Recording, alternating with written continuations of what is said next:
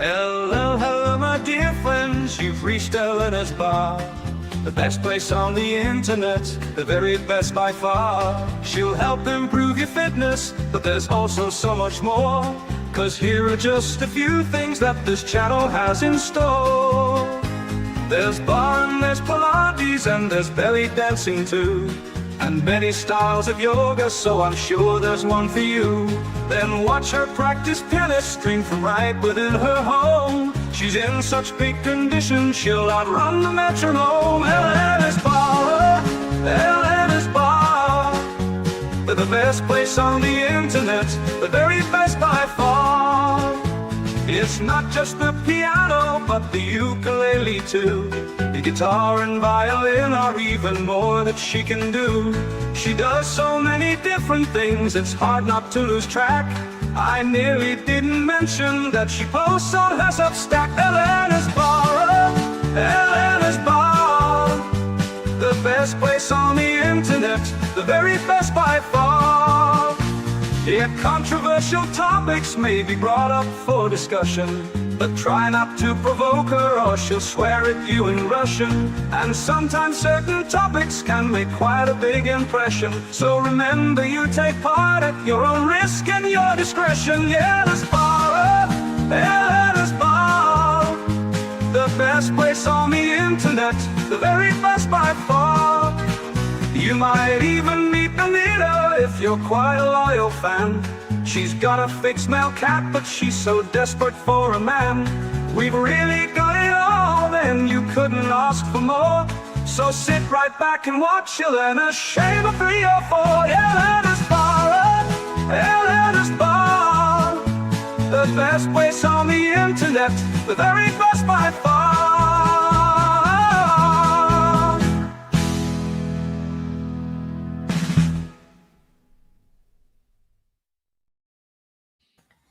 Hello, hello, my dear friends. Welcome back to Elena's Bar and the Resurgence of Sanity. How are you doing, Steve, today? I'm doing good. Doing good. Well, it looks like it's just you and me today. Nick and Plutarch are not going to join us, and we are going to talk about my fantasy list.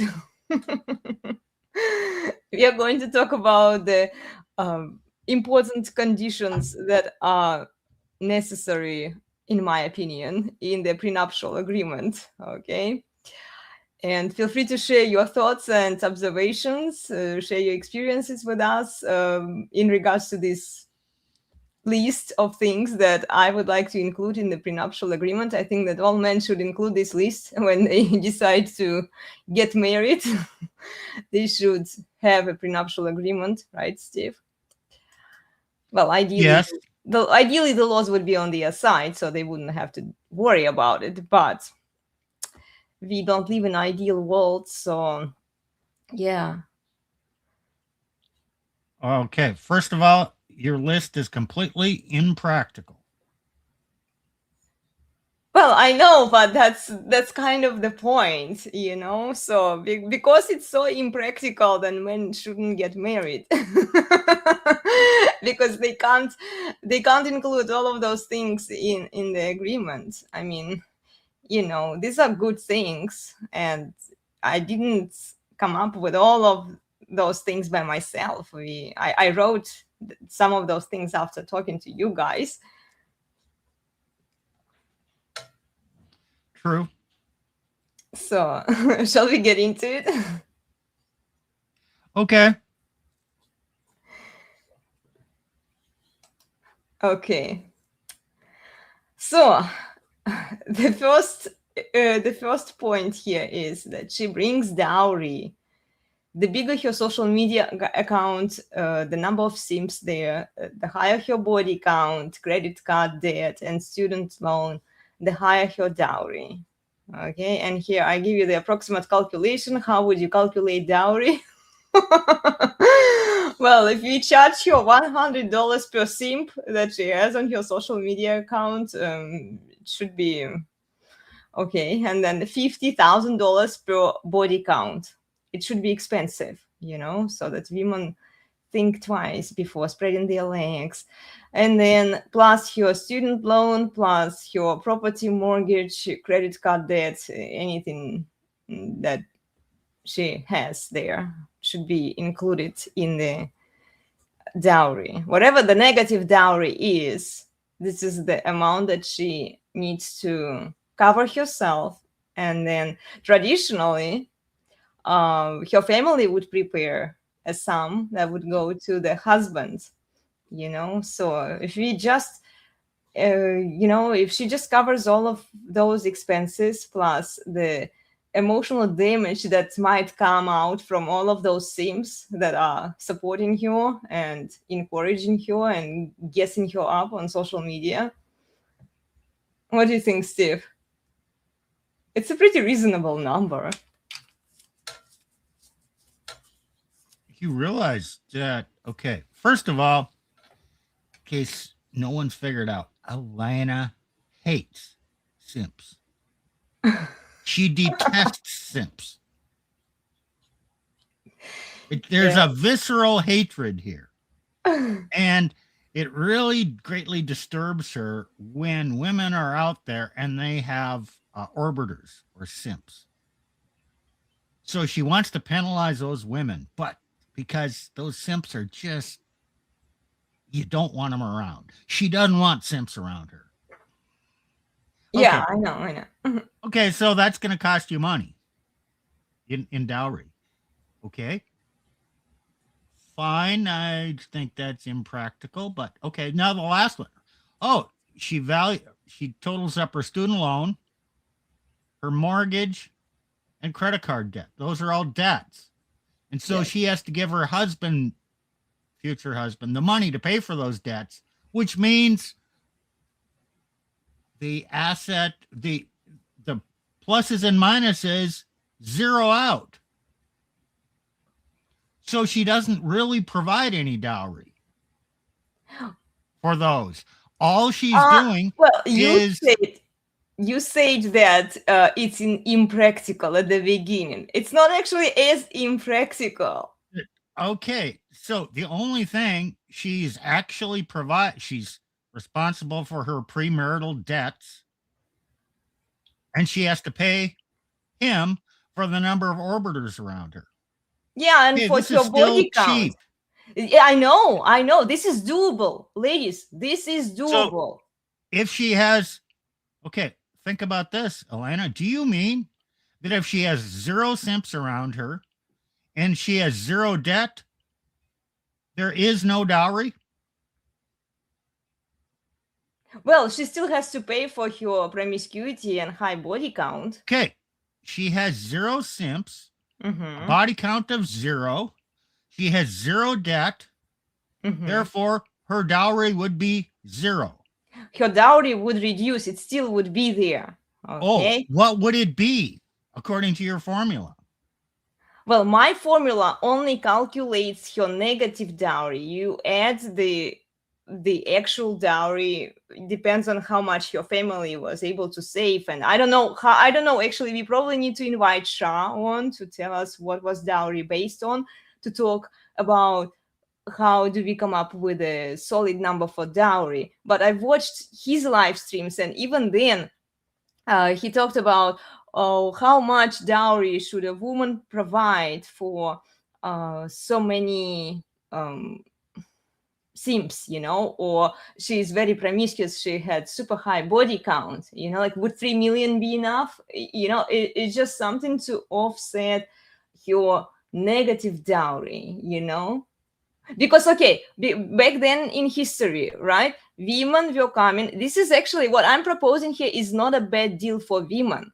It might look big and everything, but considering the damage that women come with, it's really not that bad, ladies. So historically, a woman was coming clean. She had no body count, right? She had no stupid student loan, no property mortgage, no credit card debt, because no banks were issuing her the credit cards, and nobody was giving her the money. The money didn't touch the woman. It was coming from one man, from her husband, from her father to her husband.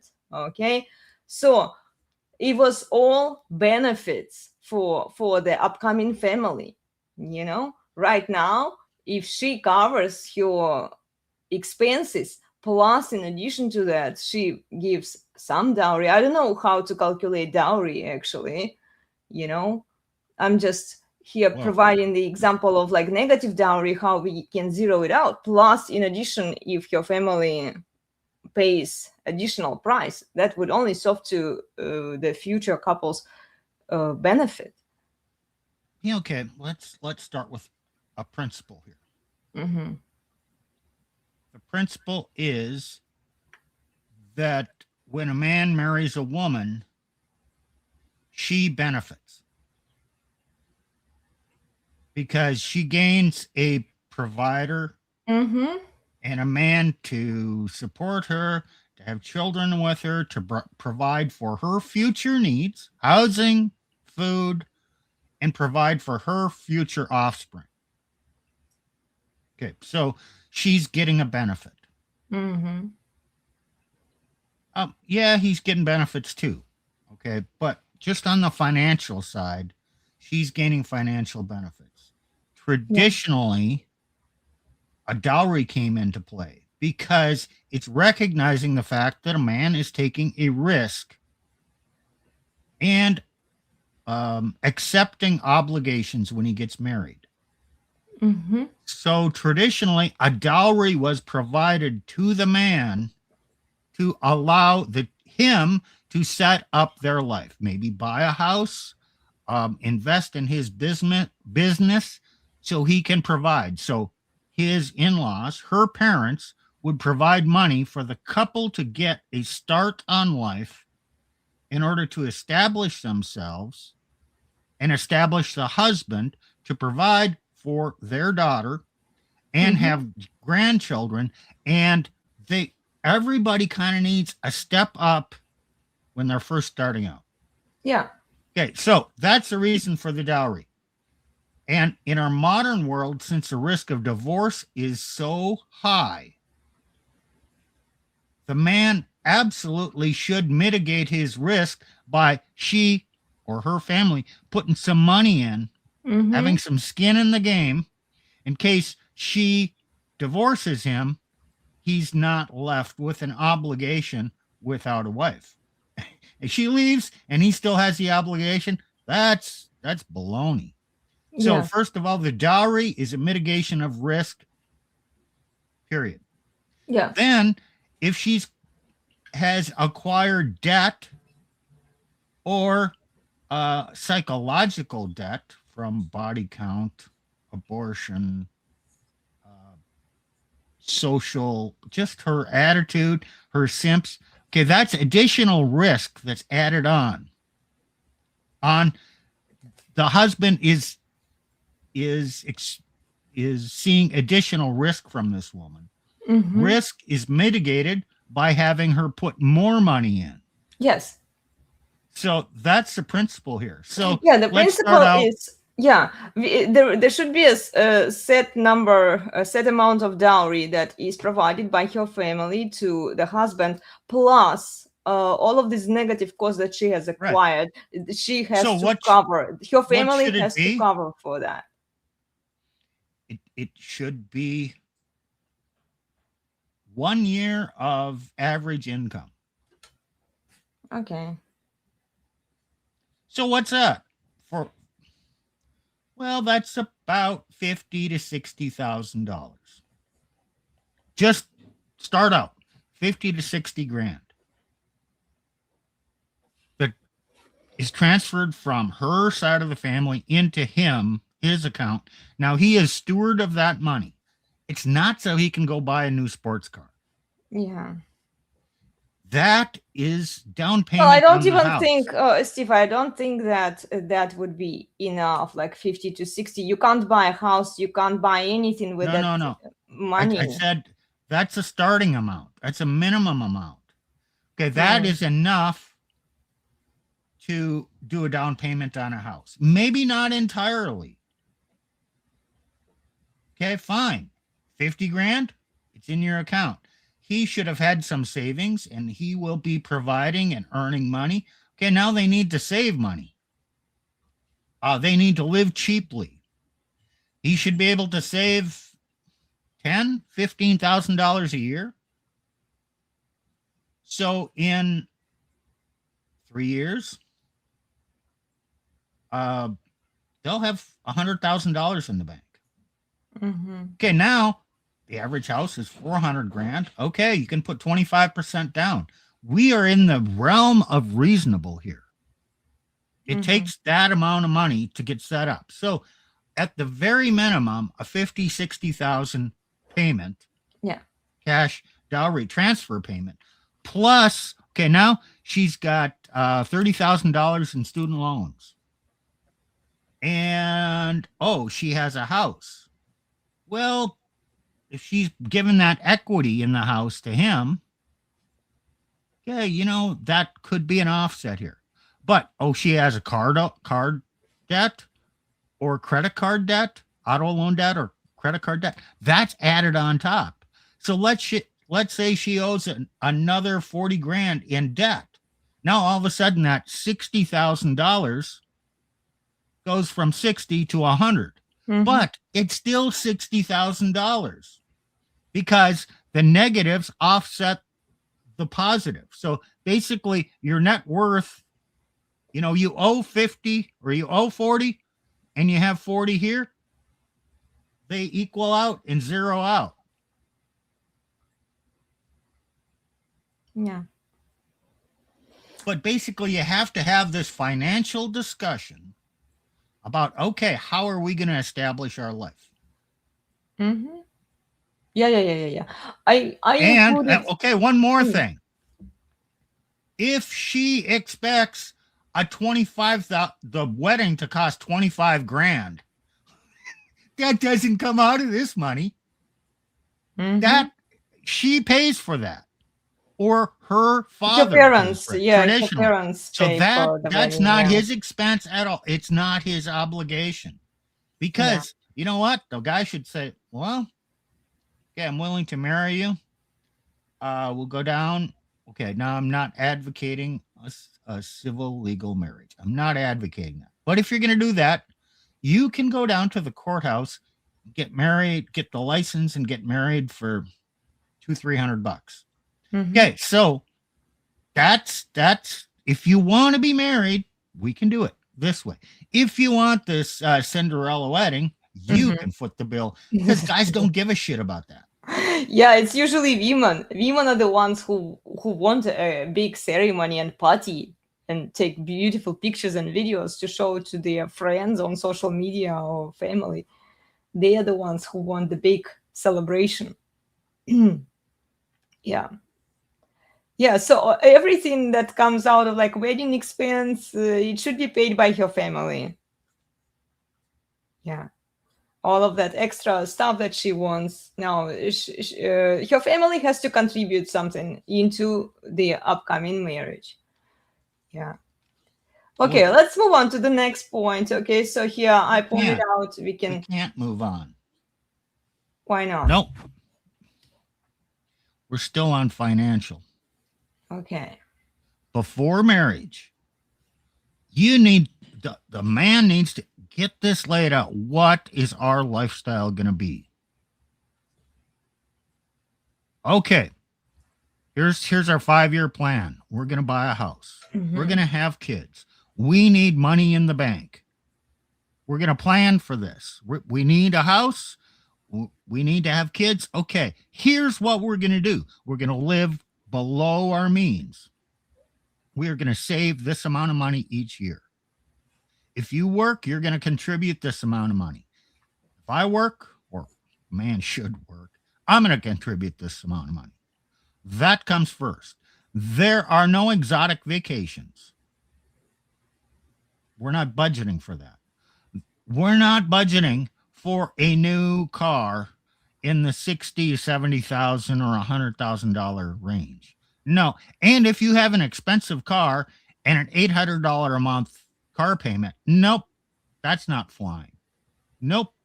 And no, there's going to be no monthly cost of $100 for your hair minimum.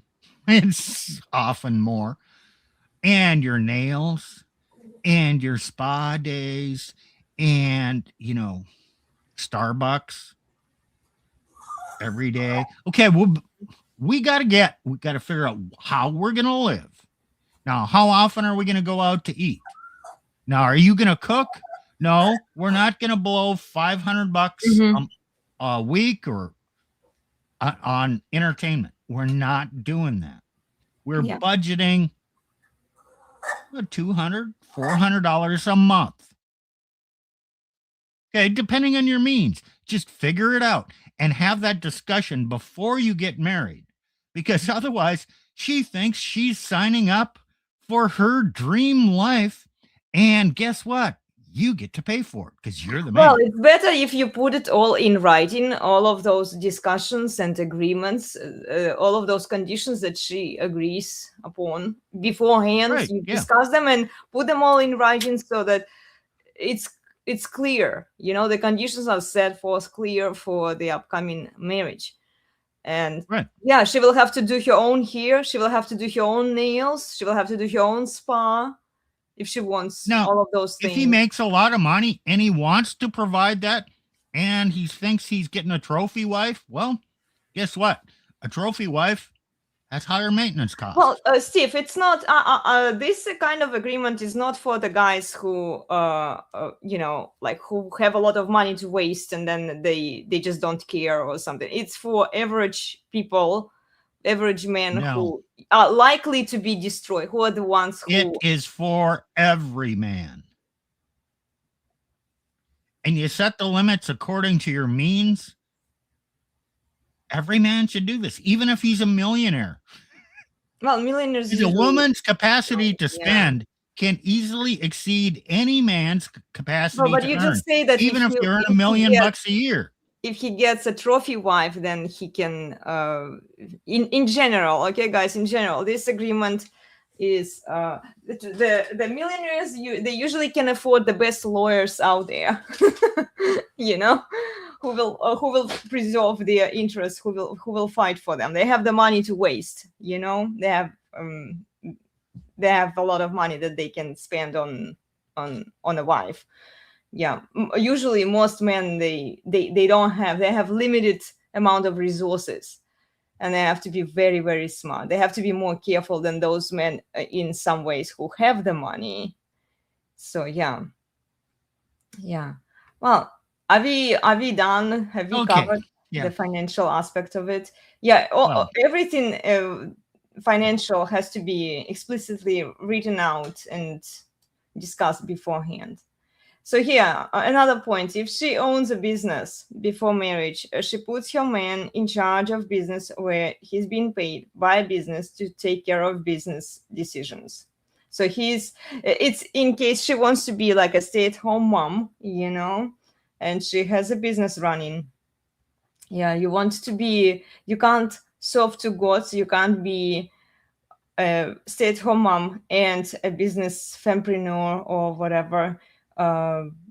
You can only do one thing well.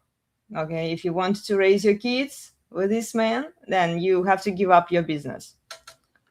Well, I kind of disagree here. Why? Because this is an asset that she has that she's bringing into the marriage. So a principle. Okay, hold on. What's the principle here?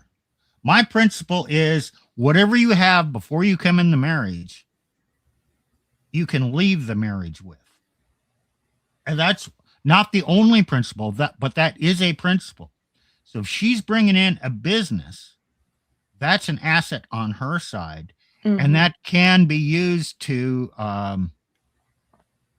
offset some of the dowry. Well, Steve. Definitely becomes joint property at that point. Mm-hmm. But that quantity, that financial asset, she doesn't have to entirely just give that to the husband. Now you're conflating this with future. If she wants to stay home, well, then she still has a financial obligation to provide. And then maybe he should own more of the business because she's not contributing at that point.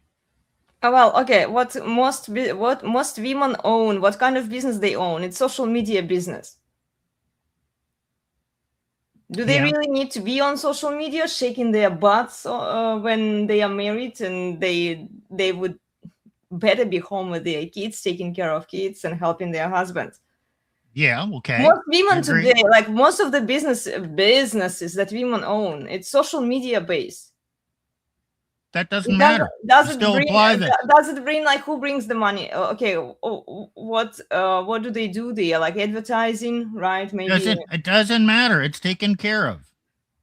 Yeah, well, but then by that logic, you allow her to be a public No. figure.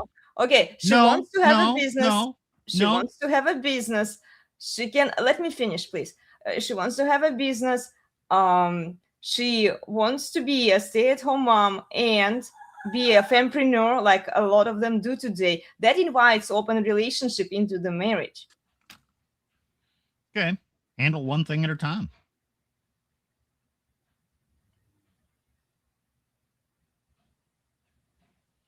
It's simple. The business is her business. Now, he certainly has other boundaries.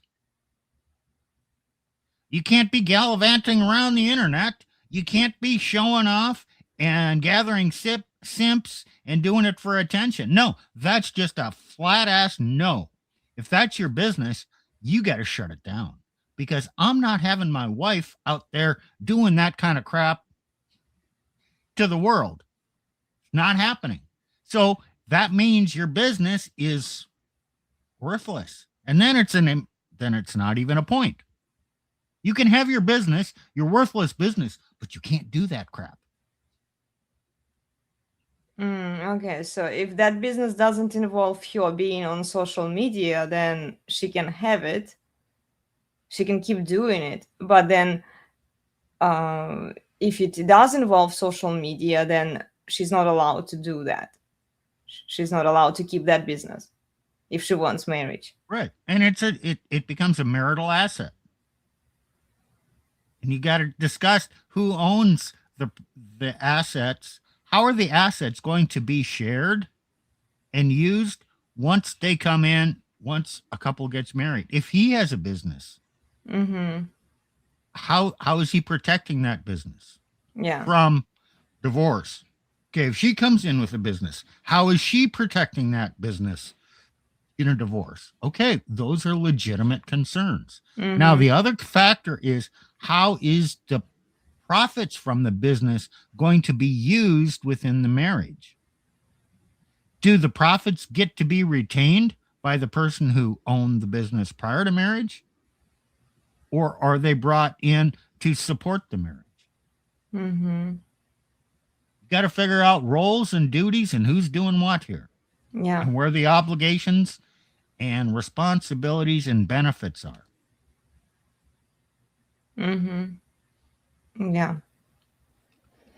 Well, the next point is, whatever property and assets a man acquires before, during, or after marriage, they stay with the man in case of divorce. Okay. Same thing has to apply to the woman. Okay. It has to.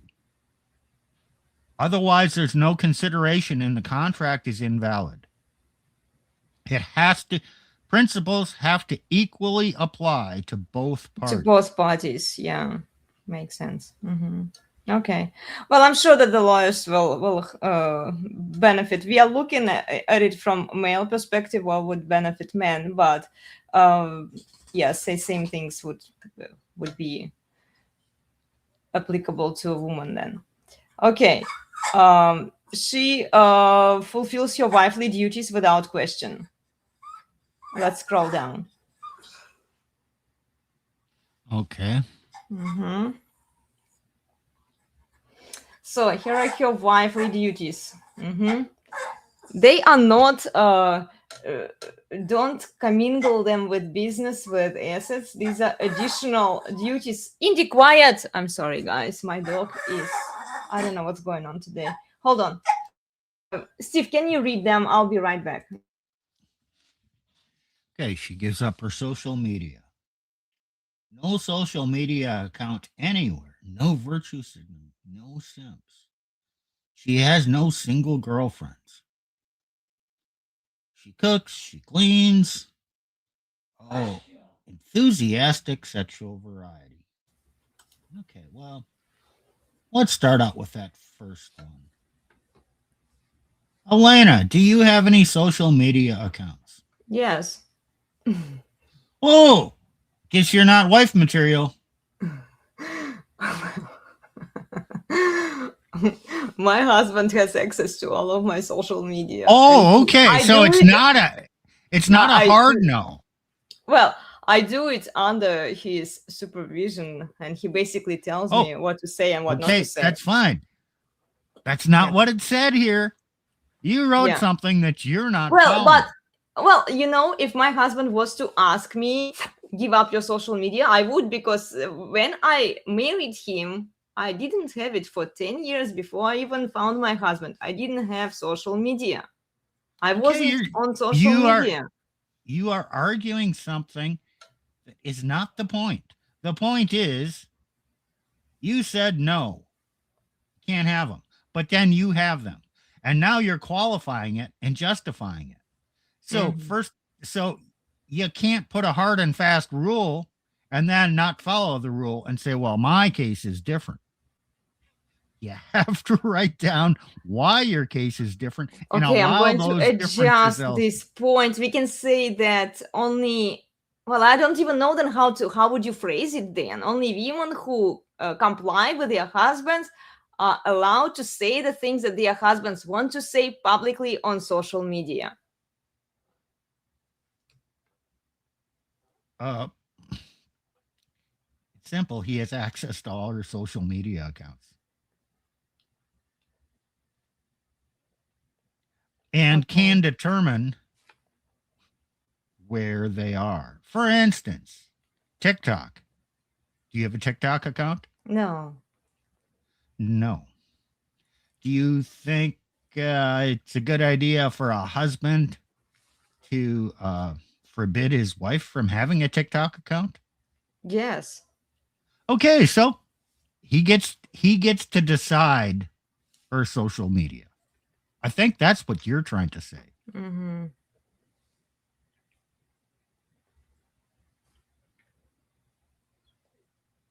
Mm-hmm. Okay. Yeah. So now this touches on a sore point for feminists. But who is he that he gets to control me? We are equals. If he gets to see my social media account, I get to see his because we're equals. Well, no, you're not equal.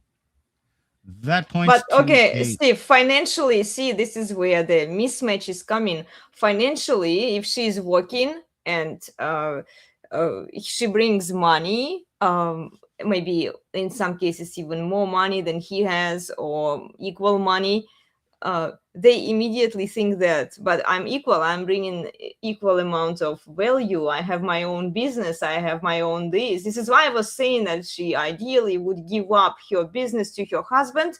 And I've seen cases of that where a woman, she is taking care of kids, and traditionally also, if you look into history or whatever, like business, her father, let's say he was dying or something bad happened, the business would go to, if he didn't have sons, it would go to the husband of his daughter. It wouldn't touch the woman, she wouldn't be involved in business. Yeah, she would help. She would do the subordinate role there, like helping and facilitating things, but she wouldn't be in charge of business. Because yeah. when we involve money, women immediately equate, but I bring similar value, I bring similar. How come I'm supposed to listen to him? Because under the money spectrum, I'm in charge. I come not empty. I bring value. I bring assets. Like I have my own business. Doesn't matter what the business is, right? Could be Right. anything. So based on that logic, then of course, if That's not logic. What's the principle? What's the principle you're proposing? It's simple. You're proposing a principle of equality is determined by contribution. That's your argument.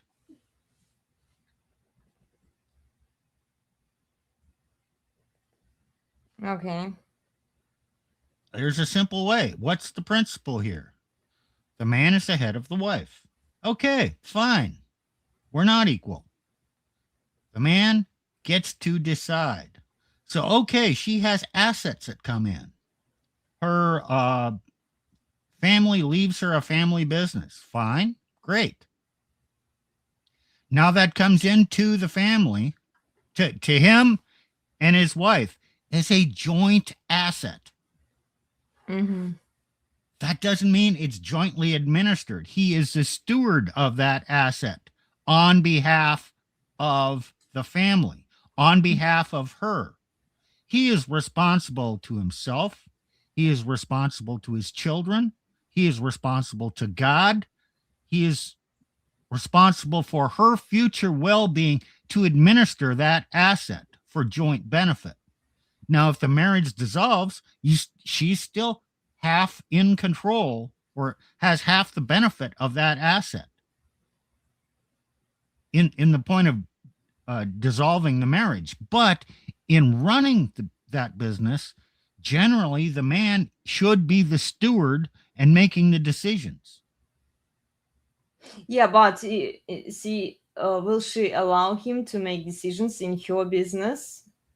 Will she allow him to control her social media and everything? Because in her mind, if she brings some money, she's in charge of money, and then women are conflating. Women are the ones who are conflating. But and there are men who do that too. Like, well, but she is self-fulfilled woman or whatever you want to call them, right? She built her career. She has the money. She has the resources, so she gets to demand the rules, you know?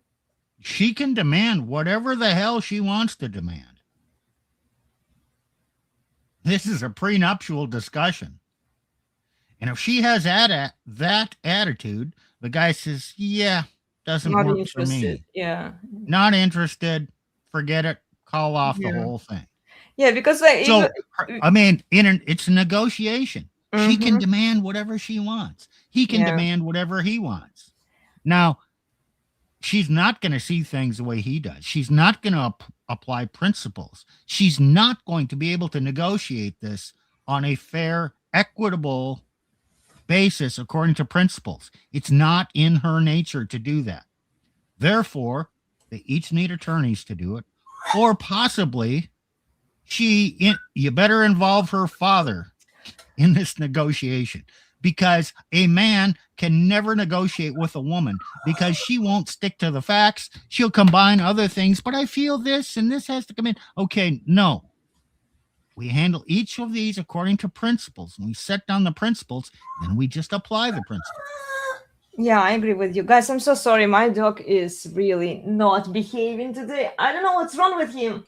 Quiet. Okay. Yeah. Like I said, historically, a woman, even if her family owned business and it was passing from one generation to the next, she wouldn't be in charge of any business decisions. Her husband would make those decisions, and she would be like helping him, supporting him, staying at home, even if she came with money. Like a lot of women today, I have my own money, right? But the idea is like, what's mine is mine, and what's his is also mine. So yeah, you have to be careful. Why I bring up these points? Because like ideally, a lot of men even today, they don't want to deal with women who have their own businesses and stuff, because it's a lot of work. Honestly, it's a lot of legal work, a lot of like negotiation back and forth, and like who is paying for what are your roles, and then good luck getting these women in their place. When they say like, well, I want to be like a stay-at-home mom and also be a fempreneur and do all of those things. It's like, no, you can't do all of that. but they want to do all of that. Why do men avoid those women? It's quite simple. She's got this mental attitude of entitlement. Mm-hmm. And she thinks, oh, I have all this. So she is a strong, independent, empowered woman. Yeah. I don't have time for that. Most men have realized that if she comes in with wealth, she comes in with mental empowerment issues and entitlement issues, and she's going to use those as markers of superiority over him. Not whatever she's bringing, it's not worth it, guys. Yeah. You can be happy with a wife, a good wife, in a 2-bedroom apartment. Or you can be miserable with a rich wife in a mansion who thinks she's going to control every damn thing in the world. Money does not just equally or equate with happiness. Yeah. Well, and women conflate how much money they have with how much authority they have in the family. I've seen it happen, Exactly. and it doesn't work out when that's allowed to happen to the family. It just ruins the family. It ruins everything. Yeah, doesn't matter how much money she has. She's not supposed to be in charge of that money. That's yeah, that was working historically. You can read some novels, you can go back, revisit history, go watch the live streams by This is Shah, our friend Shah. He does talk about dowry, how it was implemented throughout history, and then how it was changing from the dowry society into a non-dowry society, into stupid college degree that where she acquires a lot of loan student debt, and then who's supposed to pay for all of that? So yeah, anyway, let's move on here. So we've covered social media, right? No virtue signaling, no sims. Then she has no single girlfriends or divorced girlfriends. Okay. Elena, are you friends with any single women? I know a few women. Some of them, are you friends? Yeah, but no, not close. No. Oh, friends. What about your friend Emma? Well, I'm friends with her, yes, but she's a distant friend. I mean, now she's a distant friend. Do you sometimes call her up and spend a couple hours talking on the phone? Sometimes. Oh. Sorry, Steve. Keep on going. So, again, we have Elena writes an absolute here. But then, I get some friends, but not close friends. Well, yeah, try telling that when she's talking to Emma. And I like Emma. She's been on this before. I'm just pointing something out. Yes, you're going to have some friends. Well, but it's boundaries, okay? Okay, so the issue is not zero female friends or single girlfriends. It's having boundaries. And what do you do? Do you go out and have ladies' night out with Emma? Of course not. She lives on the other side of the world. Yeah. Okay, I will adjust this point. You called me out, Steve. Okay, fine. I'm having fun because I get to call you. I know. Out. This is okay, guys. We call it fantasy list. Okay, it's something that some points that I have come up with. That would help. That could help. But yeah, it's not perfect. Okay, it needs work. So here, okay, she cooks well. She cleans well.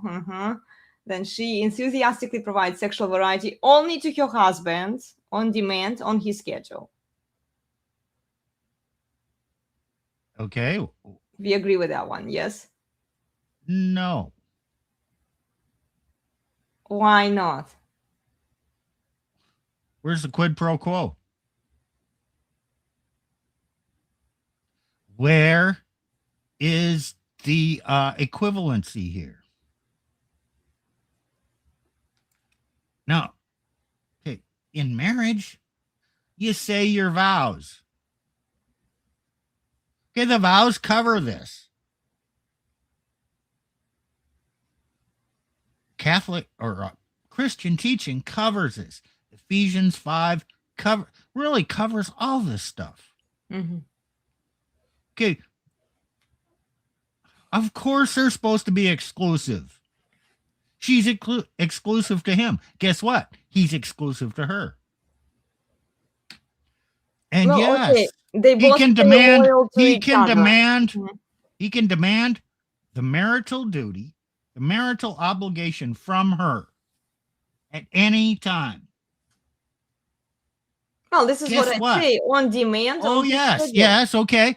But what you're missing is she can demand it from him at any time. No, but she has to have boundaries. She can demand it. She can demand it, and he must provide. Just like when he demands it, she must provide. Not on her schedule, though. Yes. Oh, what do you mean not on her schedule? Well, okay, Steve, let's imagine you are a husband, you are working, right? You're busy, you're doing something. And I've seen these videos where chicks come, they show their naked tits to their men, and then men drop everything they do. They don't care, right? They leave and then they have sex. They have fun, crazy sex with their wives. So on her schedule, like, she doesn't care what you're doing, whenever she feels like it, and then she can say, well, you refused me sex, so I'm going to refuse you sex. If he's the provider, he's going to expect performance from her, and it's okay if he says no to her at the moment when she wants it, when she asks for it, because he's busy doing something else. He's busy providing for the family. He has a mission that he is fulfilling. She's not his priority. I disagree. Okay. He can get it from her at any time he wants. She can get it from him at any time that she wants. Now, we just have to use some common sense here and give some acknowledgement that people need to accommodate this. If it's too frequent, too unreasonable, the timing doesn't work, can we talk about this? This really isn't working for me. Yes, okay, I'm out here, I'm working on my car, and you come in showing your tits, and you want to have some fun time. Yeah, the answer is yes. The answer is yes, it's your right to ask that, and it's my duty to provide that. So let me finish up here. I'll be done with this in an hour, 2 hours. We will have the time there. And if he's going and asking her, oh, she's in the middle of baking cookies and her hands are full of dough and the kids are crying and it's time to eat and all that, and he says, let's do it right now. Okay. Well, first of all, that's absurd. She can say, okay, yes, let me finish this up. I'll be ready and I need an hour or two, and then we'll do it. Okay, they're still saying yes to each other on demand, but they're just being reasonable. We have to assume that people can use some common sense and be reasonable. Okay. And you know what? I don't think you're going to be finding too many men complaining about, yes, I'm in there working on my car, and she walks in, takes off her shirt, and flaunts her tits to me. Oh, gee, am I going to complain about that? Yeah, but you can say no. You can say no to her at the moment, and I've seen guys. You can say yes to her at the moment and say, "Give me a half an hour. Give me a few minutes here." You're not saying no. You're saying, yeah. Let me get to you. Yes, Well, you're a I've seen the priority. videos where guys just give up what they were doing. He was mowing the grass outside, and then Oh, she stopped. videos. Oh, Yes, yes. social Well, media social videos. media. A Yes, yes. contrived social situation. We're not basing anything on contrived. Okay, Oh, I what might understand happen? your point, but like the idea that they are trying to push that, like, okay, if she shows the moment she shows her teeth to him, like he's supposed to give up everything because sex, he needs that sex, he can't survive without it. It fits straight into their message, into the neo-feminist message that they're trying to promote. No, He has to give up everything for sex. this is a contrivance. Women concoct some extreme example and then do it and then talk about it and say, see, it doesn't work and it's a bad thing. And again, they're trying to make rules based on extremes that never really happen. Okay. You can't even say that this is a common occurrence. Okay, I'm an old man. It's never happened to me. Gee, do we need to restrict women from say no because of something that's never happened in the experience of most men? I think not. But it And then it might not even be the same day that she's going to get it. She has to deal, She has to deal because a man, if he's busy doing something and then she wants that kind of attention and then he says, no, I'm busy right now. He might be tired afterwards, and then Okay. we don't get it at all. It's I need to prove a point here. okay. They, husband and wife, are sitting down at Thanksgiving dinner Mm-hmm. with his parents and her parents and all the children. Oh, let's say his siblings are there too. At that moment in time, he has the right to wipe the dishes off the table, take his wife, flip up her dress, pull off her underwear, and fuck her right there. It's his right. Does that ever happen? No. Because the time is not appropriate for that.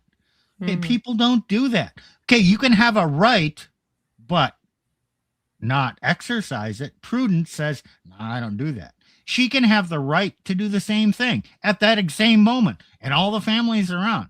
You don't exercise it then. You don't claim your right. And that's how people behave. So, okay, rights exist, but there are common sense interior restraints on exercising your rights.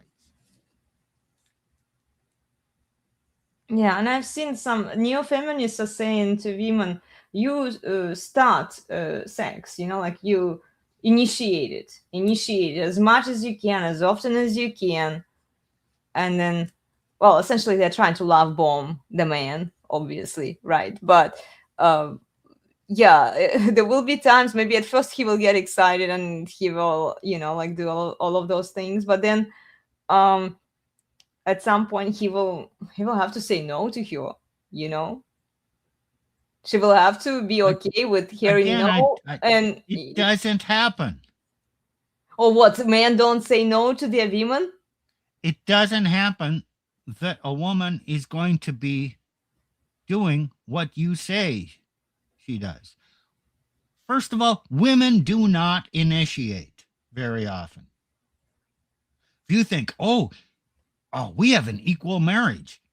The man, he's thinking, I've initiated all the time. I wish she would initiate. That's the majority of the case.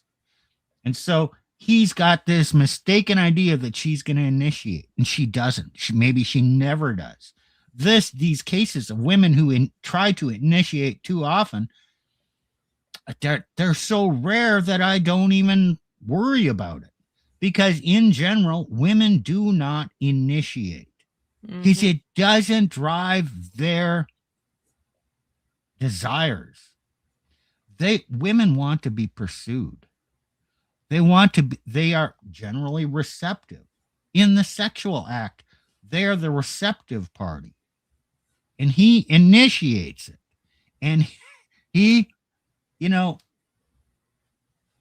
how do I want to say this? He enters and she receives. Okay. Yeah, makes sense. So that happens. Okay. That's physical. Psychologically, it's the same damn thing. She wants him to knock on the door and say, I want some. And then she actively receives that. She wants to receive his affection. And this idea that she's going to go out and say, I want it and take it from him. Okay, it happens. But it's not something I have to worry about because it's generally not a trait that a good woman is going to do. Well, even if she does it, let's say, a few women might, they can get rejected at the moment, Okay, when is she going to do it? I don't know, like if he's working.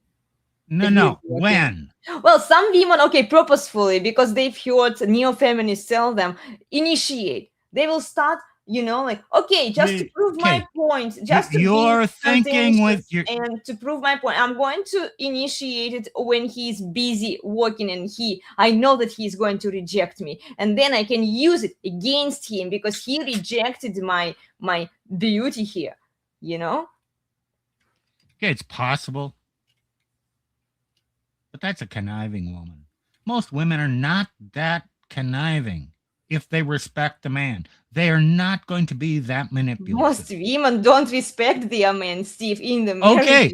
Okay, we are talking about a prenuptial agreement that you're negotiating with a woman. And if she's one of those women who Elena is afraid might abuse this, she's going to get so offended by this negotiation that the negotiation is going to fail, and you won't have to worry about her again. Yeah. Okay, but when does a woman initiate? The typical woman. When she's attracted to the guy. I mean, what drives a woman's behavior? Emotions. I don't know where are you trying to what go drives with? her emotions? Her feelings, her desires. What drives her feelings? What drives her desires? Like she wants to get benefits of some kind. Okay, you're thinking with your head. Women are cyclical creatures. Okay. Right? Okay. Do you feel the same way when you have throughout your 28-day cycle? No. Okay. In your cycle, when are you most desirous of physical intimacy? Right before. I mean, it depends. But if you...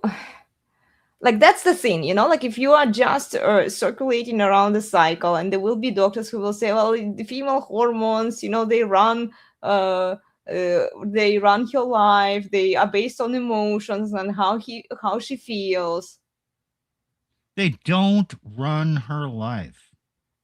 But women are feelings based. So after she has her period, now she's preparing for pregnancy. And what is it? Estrogen? And when she just a few days before ovulation, she is raring to go. She's most likely to initiate during that period. She really wants it. And during that time, she is more desirous of physical...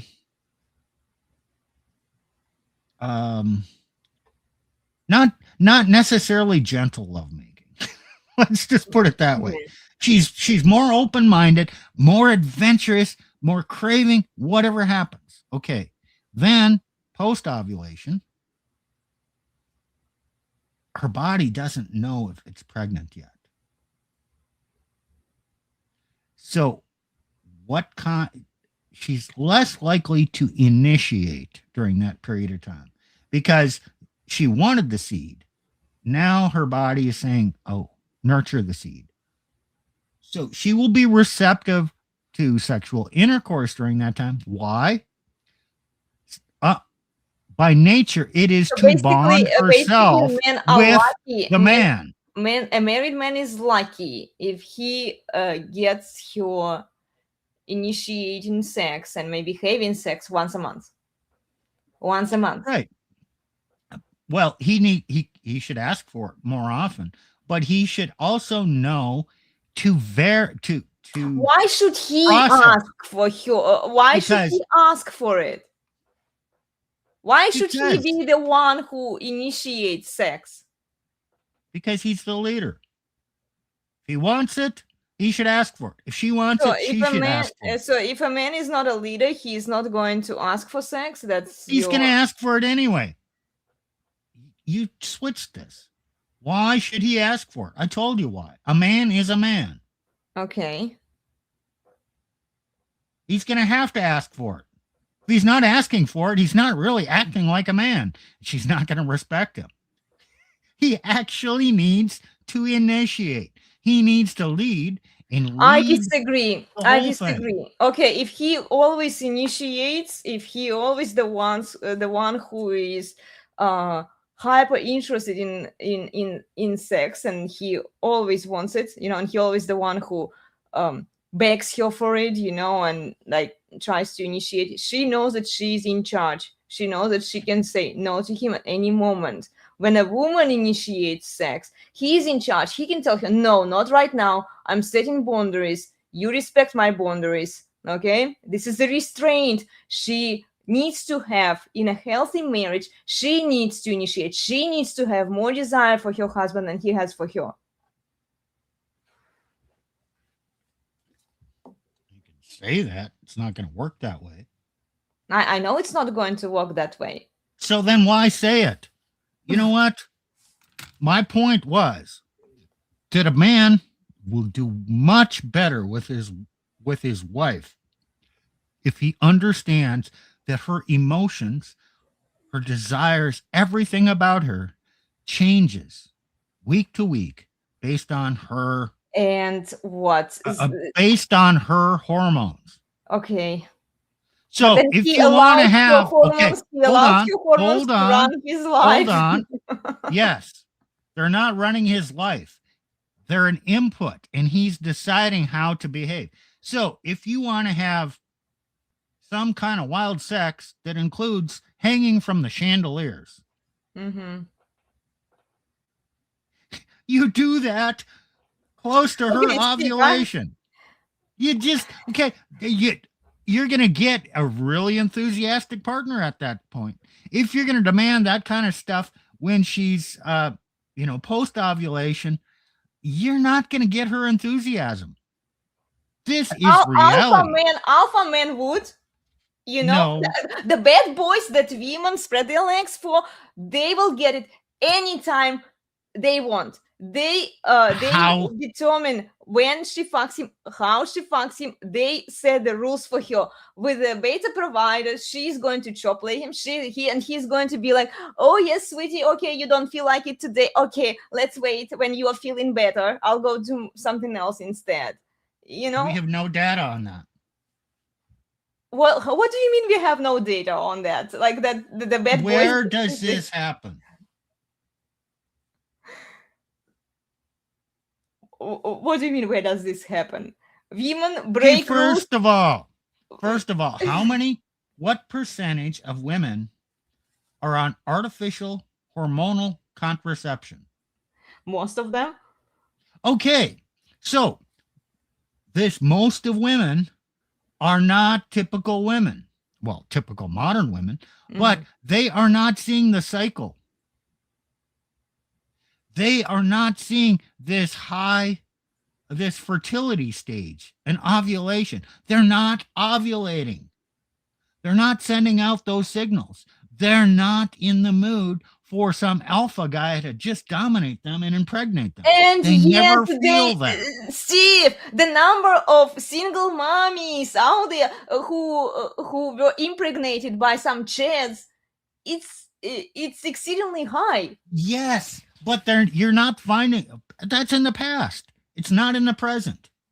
That's in her past. It's not in her present.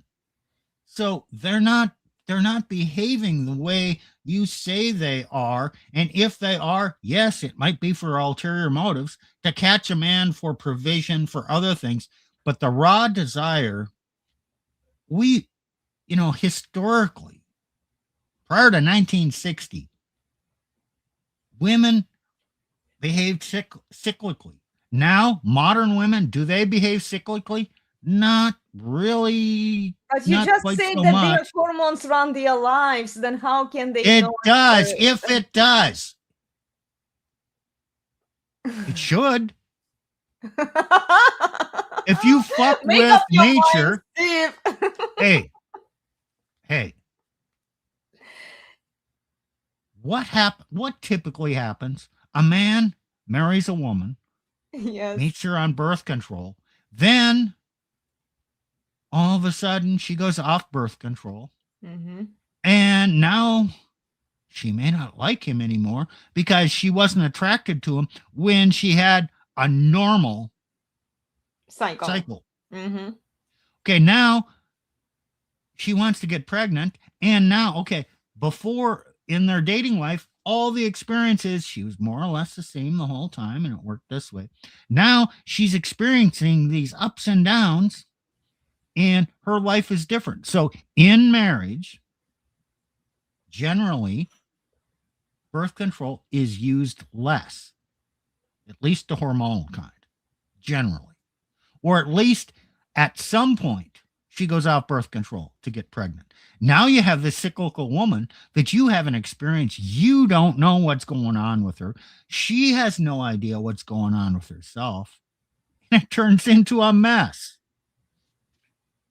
Because they are not behaving according to typical historical male and female dynamics, because it's been artificially manipulated for most of her life. Yeah, I understand. Recipe for disaster. Yes, I understand that argument that you're trying to make. I'm just saying that she still married this man. Whether she was on birth control or not, it was her choice. She chose to fuck around. Why did she have to be on birth control to begin with? Because she wanted access to multiple dicks.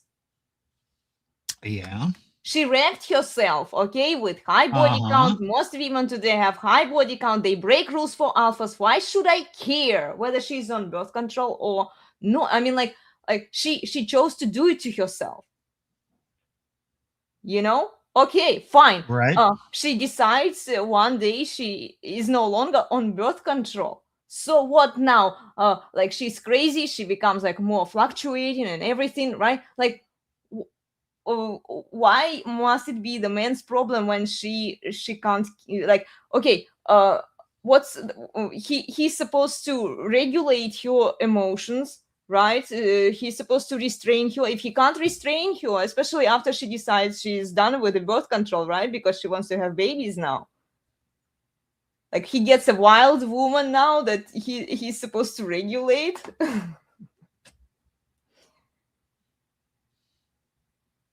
He needs to lead. He can't control every aspect of her life. I mean, and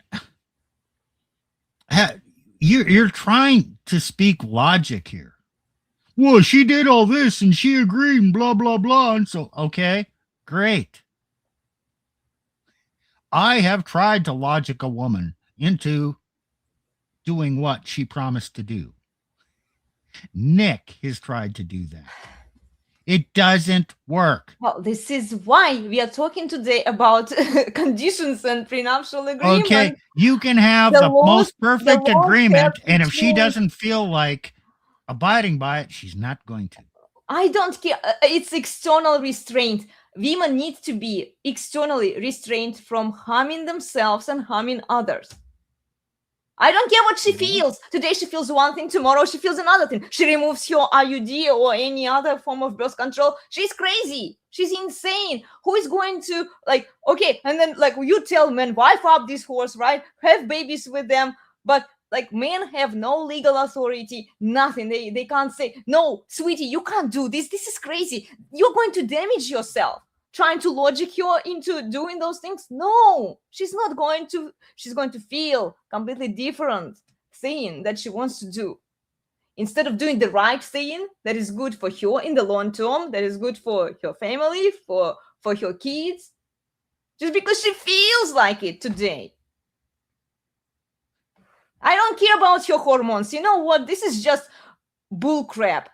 If she likes a man, if she wants to be wifed up by a man, she will spread her legs on his schedule when he tells her. Full stop. And then if she wants sex, she has to deal with whatever he is doing at the moment. This is the hierarchy. This is the hierarchy that we are talking. He is leading. He is in charge. She's subordinate to him. She's a helpmate. She's submissive to him. Let's assume she promised all this. Mm-hmm. And let's assume he says, okay, let's go.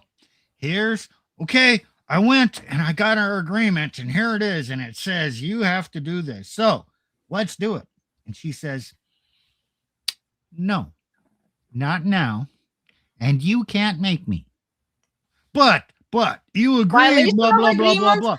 Filing for divorce. That's it. You are done here. And a man should be able to leave her without question. Because she violated the agreement. Remember, guys, it's a fantasy. It's a fantasy agreement. Most men are not going to do that. And, too bad your husband is not here.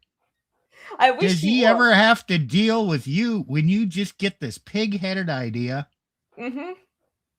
And does he say, okay, that's it, out of here? No. He talks, he realizes there's emotions going on. He has to understand your emotions. Mm-hmm. And, that's probably, Nick says spankings. That might be the best way to control I agree with emotions. Nick. I agree 100%. She needs to be disciplined. Okay, we will get to that point, guys. It's in the agreement there. Okay, here Nick also says, a man just wants to get laid. He manages what he can. Yeah. And he's better off knowing the circumstances and not asking for chandelier, hanging from the chandelier sex at a time of month that it's not going to happen. Yes, use some common sense. I mean, but at the same time, it has to be on his schedule. She has to comply. She has to comply with his schedule. Well, she has to say yes, because she said yes in his vows, and he has to say yes to her if she demands the marital debt. Not on her schedule, though. Yes, it's equal, both sides. I'm going to stick with that. No, I disagree. Okay, well, we can talk about it later when Nick is back and my husband is back, maybe next week. Yeah, we can come back to this topic. I disagree with that one. No, it has to be on his schedule. Otherwise, okay, we can disagree. It's equal, and then there is no hierarchy there. Okay, let's see here. She does a mandatory paternity test to prove each child is biologically his. If not, he is not responsible for her and her kids with another man. He can leave or divorce her with no questions asked, and her dowry is withheld from her for her violation. Sure. I mean, Fair obviously it needs to be reworded, but okay, in essence, you have the point. Mm-hmm. And if she refuses this, what's she planning on doing? Why would a reasonable person who says they're going to be faithful and claims to have always been faithful be an obstacle for proof of their fidelity? Why would a reasonable person do that? Yeah. Well, it's safe to assume if she says no to that, the child is not his, because then why would she say no to this easy test? You know, it shouldn't be a problem. If you're loyal Oh, to she's your going to man, say, well, just by you asking shows you don't trust me. And to prove to me that you trust me, you need to withhold this demand.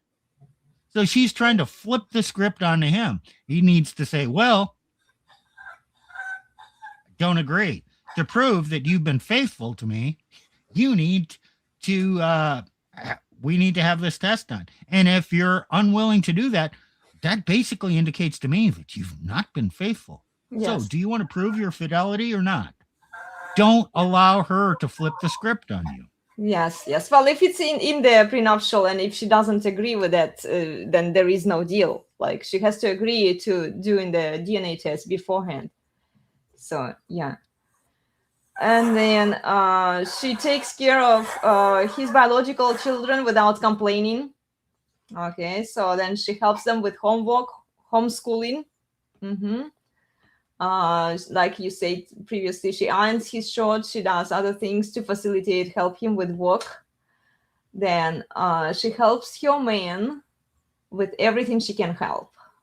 Okay, can you scroll down? Yep. So we agree on those things. Okay, cool. Okay, a little up. Okay. She fully okay, so here she respects her man. She never screams at him, she never humiliates him privately, in front of kids, or publicly. Agree, right? Well, kind of. What do you mean kind of? You can put this in the agreement. Again, it's just an agreement. Women are going to behave like women according to the structure and the boundaries that have been placed within the relationship. Not just within. He's in charge. External. He's going. Okay, he's going to have the boundaries. And yes, I guarantee you, every woman at some point is going to violate this. She's going to get out of control at home, highly emotional. She's going to scream at him. Have you ever screamed at your husband? Occasionally, but it doesn't. Okay, it happens. I'm not perfect. Yeah, it does happen sometimes. But then okay, fine. I agree. I'm not trying to say make you into a bad woman. The agreement doesn't guarantee behavior. And she is going to do something that embarrasses her husband publicly or sass back to him in front of others. It's going to happen. Then he needs to not take out the agreement and say, you promised to do this, you were out of line. No, he needs to pull her aside. He needs to show her he's in control and say, you violated the boundary. And here's a consequence. What kind of consequence does Nick recommend? Spanking. Yes. Yeah, I 100% agree. So yeah, even if she gets out of line, discipline, boundaries, and spanking. Okay, and now here's the key. Oh yeah, I actually mentioned it here. Look, Steve here. Sorry. Here, she embraces spanking and discipline imposed on her and their children by her man without recourse. Yes. Now, and I don't think this is a bad thing, but men have to understand this. You don't want to be brutal. No. This is not to control. This is not punishment. Primarily. Maybe a little bit. But it's to show that you are dominant, that you have things in control, and no, you're not pleased with this. So you're just showing your dominance and that you're in control of the situation. And you're administering something that is rather mild, may hurt her, it doesn't harm her. And it's not a brutal, and you don't do it out of anger. And then once it's over, what should you do? Hug her and tell her you love her. So you imposed a boundary. Yes, you screwed up. You're not a bad person. I'm not withholding my love from you after this. And okay, then let it go and everything goes back to normal. She is not threatening the relationship, and your displeasure in her or with her doesn't threaten the relationship. And she continues to receive the love, because what's driving her, she is deathly afraid of losing a man's approval and his love. So you have to reassure her of love after the discipline. And okay, you do this with a child too. A child screws up, your kid screws up, you impose a punishment. Then are you mean to that child after that? Or do you say, no, this is because of what you did. I still love you. Mm-hmm. Now let's do better tomorrow. Okay. And then you wipe it out of your head. And then you don't want to control. She You forgets don't about want that to control discipline. every. You don't want to control every aspect of your child. You want to instill in them self-discipline and impose boundaries so they can make better judgments in the future. Mm-hmm. And it's not to control every aspect of their life. You don't have time for that shit. Neither do you have time for that shit with your wife. Control. I'm just saying that she has to embrace all of this discipline that's coming her way, and then embrace the consequences for her own actions and consequences for their kids without recourse. So yeah, all of that. And then okay, embrace a man putting her back in her place with all means possible without recourse. So that this could involve physical, financial, emotional, spiritual abuse, that women say, or restraint and boundaries imposed by her man without recourse. So she can't say like, yeah, I agree with these terms right now, but then when that actually happens, she can't take it back, because she has agreed already to these terms. Like I said, women are not desperate yet. They're not going to sign this agreement, guys. We are talking about like maybe 10, 15 years from now when they become more desperate, and then they will beg men for bailing them out and fixing things for them. So this is when men can start executing some of these ideas, maybe. So yeah, women are not there yet. Okay. So shall we move on, or do you want to add something to this, Steve? No, we can move on. Okay, let's move on. So yeah, she has to embrace all of this discipline and consequences that her husband is imposing on her for her own benefit. Okay. Then she lives on a limited monthly allowance to buy things for the family. Okay. So yeah, it's not unlimited. She gets a monthly allowance. Okay, and then she doesn't get access to their bank account. I think you mentioned that one when we talked. Well, yeah, there's a distinction here. Based on many divorced men. Oh, especially Christian men. Oh, yes, we have joint finances. I trust her. She trusts me. All our accounts are joint. Dumb idea. Mm-hmm. Because here's what happens. A woman starts to lose respect. Then she develops contempt for a man. Then she becomes rebellious, and all bets are off then. So the man needs to have his paycheck going into his personal account. Always. Because everything gets screwed up if she decides to divorce and closes the accounts, and then he's left penniless. No, he needs to have his money. Okay, this isn't withholding from the marriage. No. His duty is to provide for the family.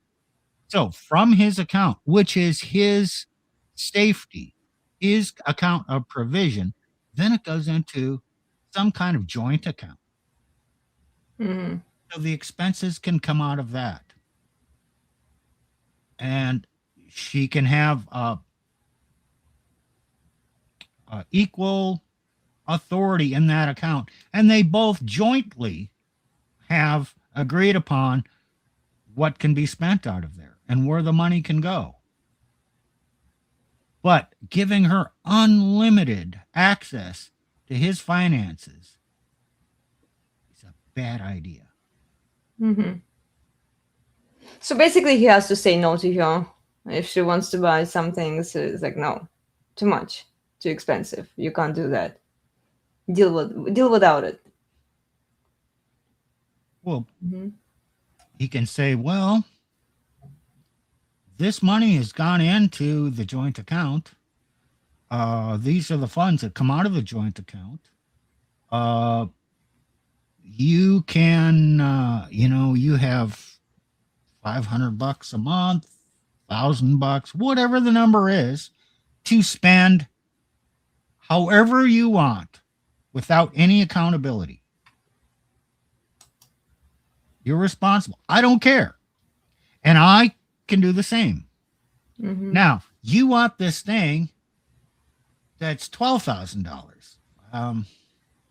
Well, the answer is no. We're not rebudgeting our money for you to provide this. If you want it, save for it. Again, he's kind of saying no, but a man just needs to apply principles, boundaries, things she previously agreed to. Mhm. Because it's too much work to decide every decision Mhm. based on the moment, based on feelings. No. Establish the principles and then apply the principles. This is what smart managers do. Yeah. You don't want to invest hours in deciding every decision. You set up guidelines, generalizations, stereotypes. That's how you judge life. You have a generalization about how women behave. Does it fit there? Yeah. Are there exceptions? Okay, let me just consider the exceptions to determine this case. Does it meet exceptions? Should I look at it differently? Or should I just do the simple thing and apply the stereotype, the generalization? Boom, I'm done. Decision took 30 seconds. Doesn't take 3 days. Mhm. Yeah. Well, she's not in charge of finances and money. She has limited amount that she gets, to buy food, groceries, like some maybe other things for her, like beauty products, not excessive, but What? like no Okay. artificial nails, no like hair salons and all of that. It comes out of her discretionary spending if she wants to do it. And if he agrees. I mean, for instance, I detest artificial nails. Absolutely detest them. Yeah. Any woman that has artificial nails and wants to be my woman, not going to happen. You got artificial nails, pack your bags, get out of here. Mm-hmm. It's just like nails on a chalkboard. It just shows you're lazy and you're worthless. And you know what? I don't want a delicate woman out here. No, if you need to go out and weed the garden, I don't want you complaining about your nails. Mm-hmm. It does nothing for me. So I just say, no, I'm not. You can do whatever you want, but if you want to have long nails, you're going to do it without me. Yeah, true. Well, and the same applies to like, I don't understand the functionality of eyelash extensions. Honestly, like why? Why would you even bother? To attract men. Fake human here shows like nails. Yeah. How did they use this phrase? Flown out, blown out, thrown out. Here you go. All of this artificial beauty enhancements Yeah, constant facial procedures, facial surgeries, all of that. Yeah, okay. Nick here says, no, Steve, it's less than nothing. It's money wasted and excuses for not working. Exactly. Right. Yeah. Well, I want no part of it. Yeah. Yeah. So no, we're not budgeting money for your nails. And eyelash extensions and other crazy stuff that that they do. Yeah. It's not, but then they will say, but I have my own money, my own business. That and see, this is why a man should be in charge. Even if she has business, he should take business decisions, or what kind of expenses they cover, what doesn't cover. He should get paid for taking those decisions, because she can't manage it. If she spends all of her money, what I've noticed a lot, they can afford all of those things. And I did mention it in my article, the previous article that I wrote on my Substack, where even if a woman says that I can afford all of these beauty procedures myself, I need a man to pay for the basics. So he's going to be her slave. He's going to pay for all of her survival bills, while she's wasting money on this stupid shit so that she can be a better public whore for some simps on social media and then find his replacement. Yeah. Yeah. So, and then some women will say that, well, I pay for my basic needs myself. I need a man to buy me all of those things. I need him to invest into me and to spend money on my nails, on my hair, on my all of those, beauty procedures that I want. Now this crap has to go. There is no budget for all of those crazy things. And some men, wealthy men who can afford to waste money on this stupid shit, and women will want those men. The competition for those men is very high among women.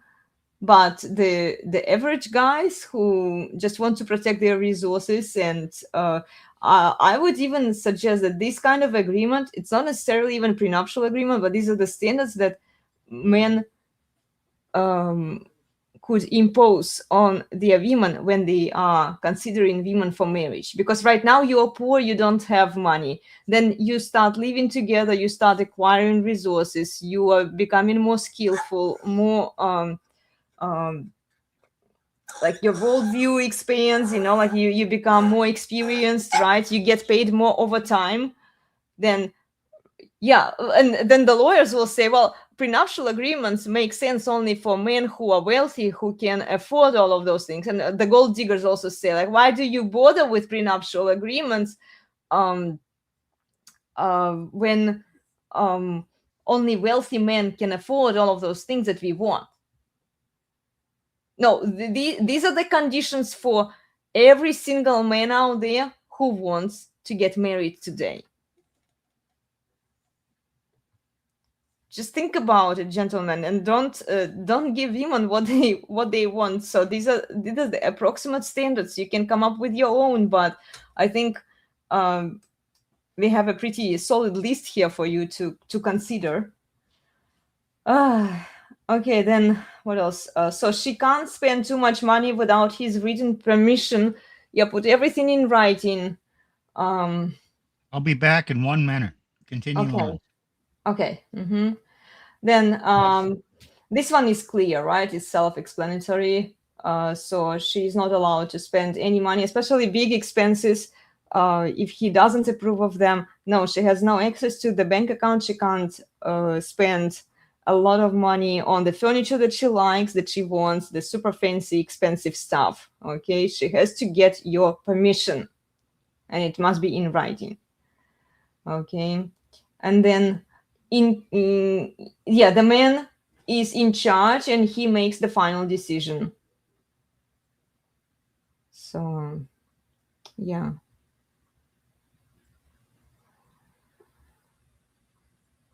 And then in case of divorce, 100% of custody goes to the father, the patriarch, which automatically cancels child support. So she doesn't get to use the kids after they break up, because all of this alimony and child support, the state benefits from separating the families, and she's using her kids as a weapon against their father. She can't do it. The man gets the automatic custody for his kids, whether he wants it or not. Some men may not want it even, but the automatic custody should go to the father, not the mother, because then it would cancel the child support that a man owes to the woman. And then she gets no alimony after divorce. So if she wants out, she's out. She doesn't get paid to leave him and destroy her own family. She can leave, but she won't get paid. And then whatever a man or husband has acquired during or after marriage stays with him. Steve, are you back? Yeah, give me another 5 seconds. Okay. And then if she wants to leave for whatever reason, she can leave, but she doesn't get kids, she doesn't get paid any spousal support.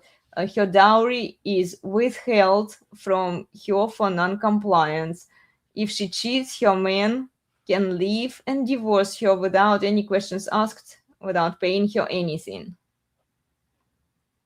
The whole point here of these last three is you have to reduce or eliminate the cash and prizes that she thinks she can get in a divorce. Yeah. And traditionally, if you're marrying a Christian woman, clearly the husband is the head of the wife and children. If he's the head, the children primarily belong to him. And she, along with him, can jointly raise those children. But there's a direct ownership line, property line to the children. Her property line to the children is dotted. And I'm using property in a theoretical sense. Mm-hmm. But we have to use that because the Bible actually includes that concept. The wife belongs to the husband in a more direct manner.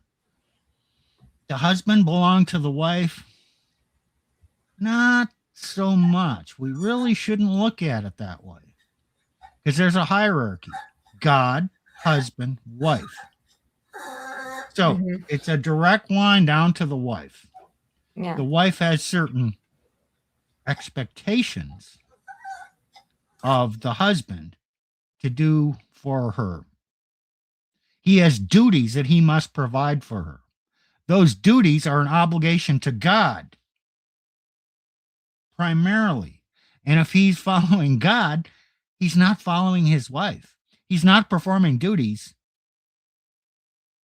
because of her. He's performing duties because of his obligation to God. And she is now following her husband because God said so. God doesn't get to communicate around the husband and tell the wife how she needs to control her husband so he can better serve God. No. That line of authority, God directly to wife. Yeah, well, here somebody left a comment. Women have their own relationship with God. She will learn on her own. Yeah, right. Good luck with that. Okay, that's not biblical. I know. Yeah. It's the violation of that hierarchy that Steve mentioned. First God, then a man, then a woman, then children. And women, feminists, think this is oppressive. To that, I say bullshit. Mm-hmm. Because this is the way God designed men and women. And a man grows up with this innate understanding that his duty is to protect and provide. And the man, okay, the husband and wife relationship is similar to Christ and the church. Christ died for the church. The husband, in most cases, understands that he will die for his wife. He will go to war. He puts his life on the line. He will work his ass off to provide for her and his family. He's putting his life on the line. It's just an innate thing. So to think that this hierarchy is oppressive to women, hey, your husband is like Christ. And Christ is willing to die for you because he loves you. And your husband is willing to die for you. If his love and protection requires his very life, most men say, yeah, okay, it's what I was made to. I got broad shoulders. I was made for this. Am I complaining about it? No. How God made me. Mm-hmm. Yeah. So the money, this is why women shouldn't have direct access to the money. Because every time they do, they are trying to violate God's design and hierarchy. They think that they are in charge. They get to demand the performance from men. But I make my own money. I have business. My dad, I inherited this business from my family. And it's a spiral. Mm-hmm. Because if a woman under a good man who's providing leadership, dominance, boundaries, not cruelty, and who loves her and is providing and all that, this is a secure place for a woman. She feels content. As long as he's actually allowing her emotional variability, okay, and when it gets out of hand, okay, too much, but he's still loving her through that. Okay, that's a place of security. Now, if she has contempt or disrespect for her husband and she doesn't feel secure, she's going to try and grasp control for herself. And the more control and effort she has to put into that, the less secure she's going to feel because she's not protected and provided for. And when she feels less secure, she wants more and more control. And the more and more control will lead her to more and more discontent and dissatisfaction with the husband who's not protecting and providing and putting boundaries on her. So it's a spiral, and she is going to make bad decisions. She's going to be miserable. And that's why the red pill has this meme of she'll end up with box wine and cats. And that's why so many women are on SSRIs, antidepressants, because they're trying to do things that are a man's job, a man's duty. Women were not created to do. Well, and see, what the neo-feminists are saying, yeah, we agree with all of that. We agree that we were not created to do the men's job. We want men to provide. We want men to take care. We want men to fulfill their masculine, traditional, biblical duties, right? But then they are not willing to give up anything, any of those feminist freedoms that they got, like alimony, child support, the automatic custody, to name a few.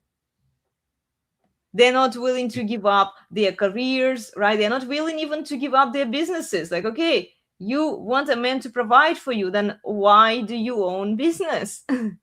You're not supposed to do that.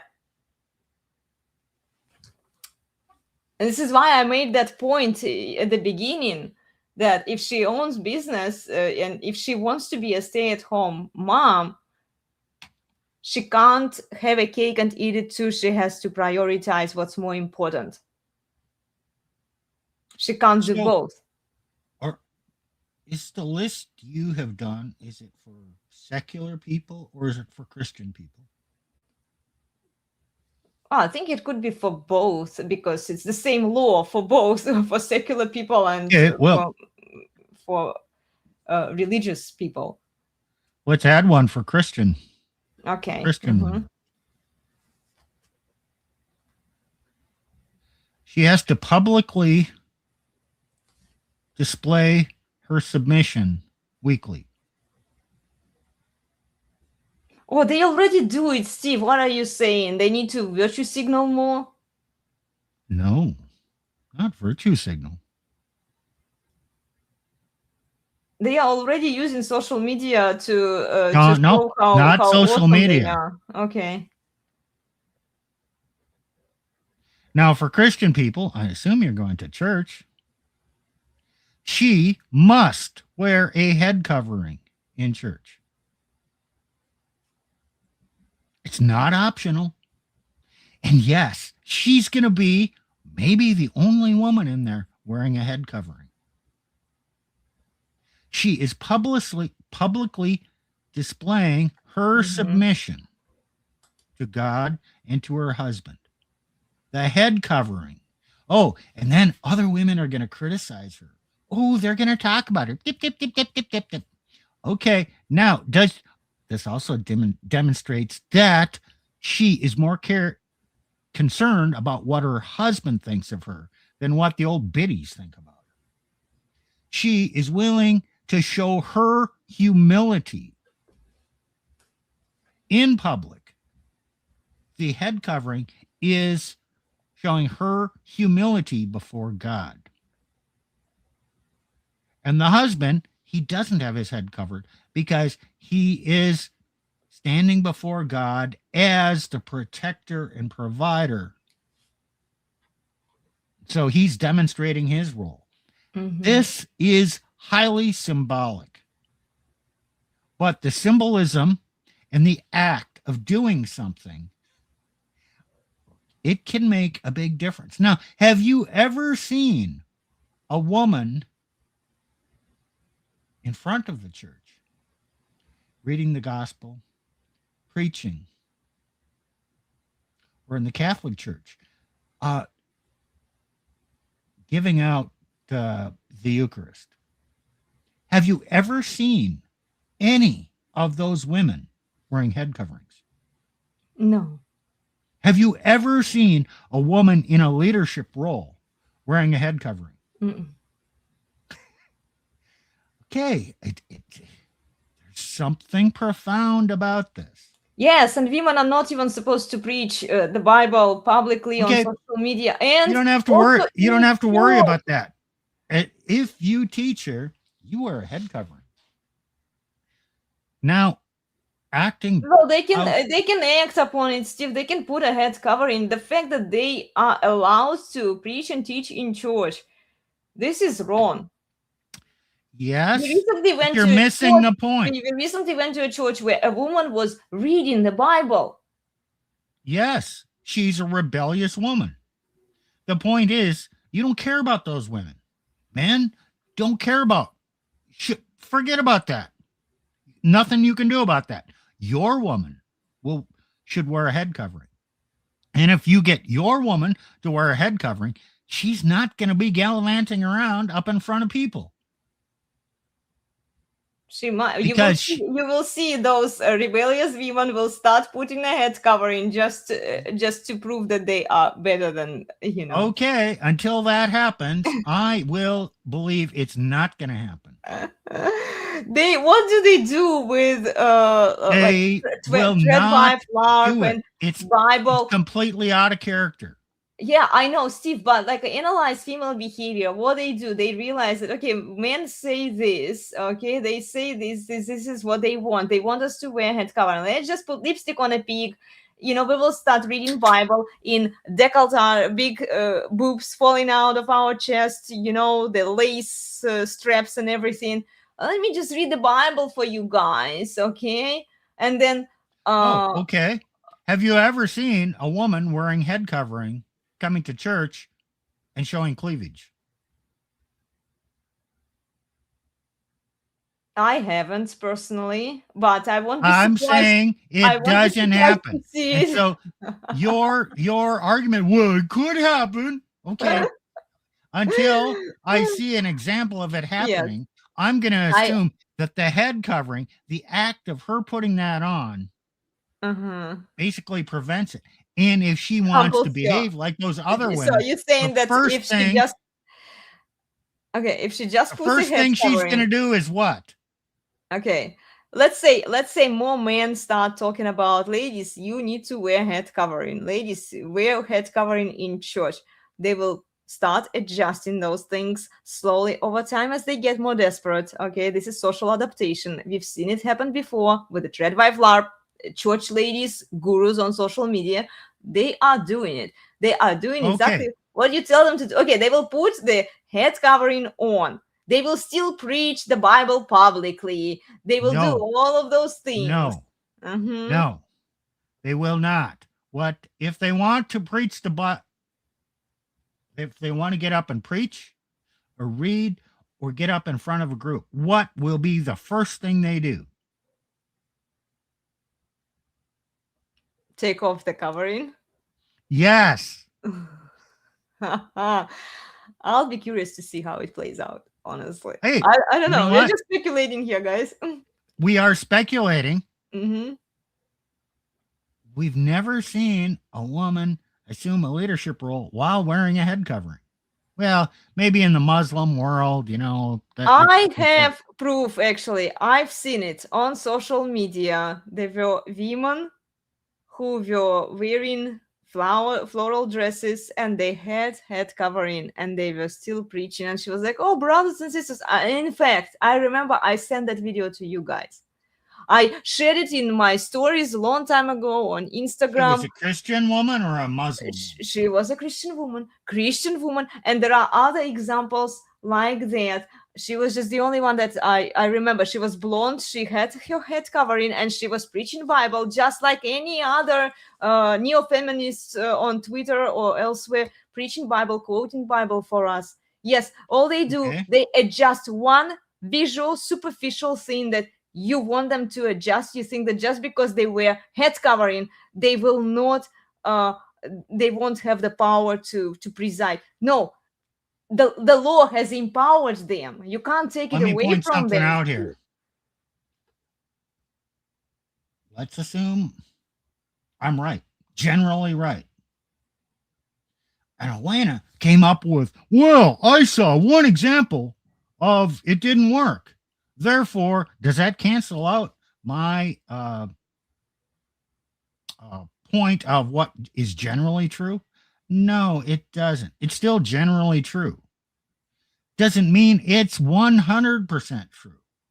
Well, I mean, Steve, it's absolutely true. it might be even shifting to the direction that for women to assume the camouflage that you want them to assume, because it's all superficial. It doesn't involve the change in the legal system. All you are asking them to do is put a head covering. Many lipstick on a pig women will have zero No. trouble with putting a head covering on. I predict we are going to see more women after today's show. Give it a few months, okay? Things start analyzing content. I will do the same. We will probably see more women on social media wearing head covering now. Since we've mentioned that and we dragged that point out and we've been talking about it, yes, we will see more women wearing the head covering who are still in charge, who are still telling men how men are supposed to man up, wife up this horse, follow the biblical standards that they want men to follow, cherry pick the Bible. They will keep doing those things. For women, changing and adjusting slightly their appearance is not a big deal. In fact, I'm going to make an Anita episode where she will wear the head covering in church, just to prove the Okay. point. Mm-hmm. There's an ancient saying that counters what you're saying. Okay, what is it? I'll add it to stage here. Well, no, I guess I have to remove this. Remove. I'll add it.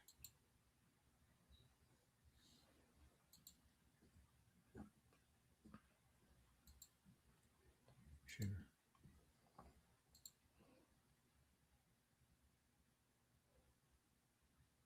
these are just the superficial attributes. I know that they have a deeper meaning for men, for Christian men, but for women it doesn't matter. It's just appearance. We change it all the time. Okay. This is lex orandi, lex credendi. The law of what is prayed is the law of what is believed. That's the Latin phrase. Okay, in its abbreviation, and it can be expanded. Lex orandi, lex credendi, lex vivendi, which is the law of what is prayed is what is believed, is what is lived. Okay, so how am I applying this? I want to scroll down here. Okay, right here. Supplicandi and credendi are gerunds, which are oblique cases of the infinitive. So supplicandi, that means supplication. Mm-hmm. Okay. When you pray or worship God, you are supplicating yourself to God.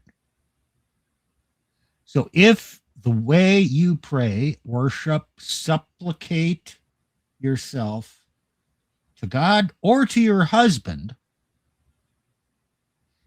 okay, what you do physically reveals how you believe and how you will live your life. Therefore, by the woman putting on the head covering, she is supplicating herself to God, to her husband, which affects what she believes in her mind and affects how she lives out her life. Now, is it possible she can put on the head covering and then still do whatever she wants and live however she wants? Certainly, it's possible. But in general, it doesn't work this way with most people. The act of doing something and showing your supplication is an act of submission. Okay, Steve, then and what would you... revealing yourself publicly to be this, and then you go out and be something else. Let's talk about, inconsistent. Based on this logic, let's talk about the trad wives. You know, they believe what they do. So are we supposed to believe and buy into their manipulations and those traps? And like, look, they promote the traditional family values. They really believe what they do. Does it mean that what they do is authentic? Are they wearing head coverings? Where, at home when they are cleaning? Are they wearing head coverings when they worship God? I don't know that, but okay, we don't know. So we have no data points about these women. But even if they did, okay, even if, let's assume they wear the head covering, the fact that they expose their chesticles on display on social media, cook nice meals starting from scratch, you know, like showing their kids on social media, I just don't see how they are related. You are looking for absolute black and white magic bullet. This isn't like that. If she wears a head covering, especially if it's not commonly done, and she's doing that when you go to church, she is demonstrating she is a submissive woman. While she's wearing that head covering, she's unlikely to be in front of the church. Okay, so there's a benefit here. When she comes home, it could be, this whole thing could be an act. And she could still be out here flaunting herself as some trad woman. Yes, I admit it's possible. The head covering is not a magic thing that's going to cause your wife to behave. It still doesn't mean it's a bad thing. Oh, because I've seen some women do whatever they want, regardless of whether they wear it or not, it makes wearing it immaterial. No. I'm not saying, look, did you hear me say that head covering is a bad thing? No, I'm just saying No. that women are going to take it, and they're going to take it to their advantage and use it against men, because men think that just because a woman is wearing a head covering, she must be sincere and she must be genuine about her submission. You put all of this reformed church horse, you put the head covering on them, they will still preach their bullshit because they're still empowered, they're still allowed to do all of that crap. And then, like, what? It's just a misleading red flag for men. Like, just because she wears a head covering, then she's submissive. No, she is not, because your behavior suggests otherwise. There are other factors to consider there besides the head covering. The head covering is a superficial thing that will get a few religious men, I think, because they will ignore, and It's not. we will see No, more women no. will start wearing the head covering. It's not superficial. For women, it is. It's It is adjusting not. slightly my appearance. It's profound. And okay, here's where what I'll agree with. There is no such thing as a self-managed woman. Mm-hmm. So she's wearing the head covering. Great. That doesn't mean she's self-managed. Oh, I found a unicorn, a naturally submissive woman that I don't need to manage. No, bullshit. She's still going to need to be managed. She's still going to need the husband's leadership.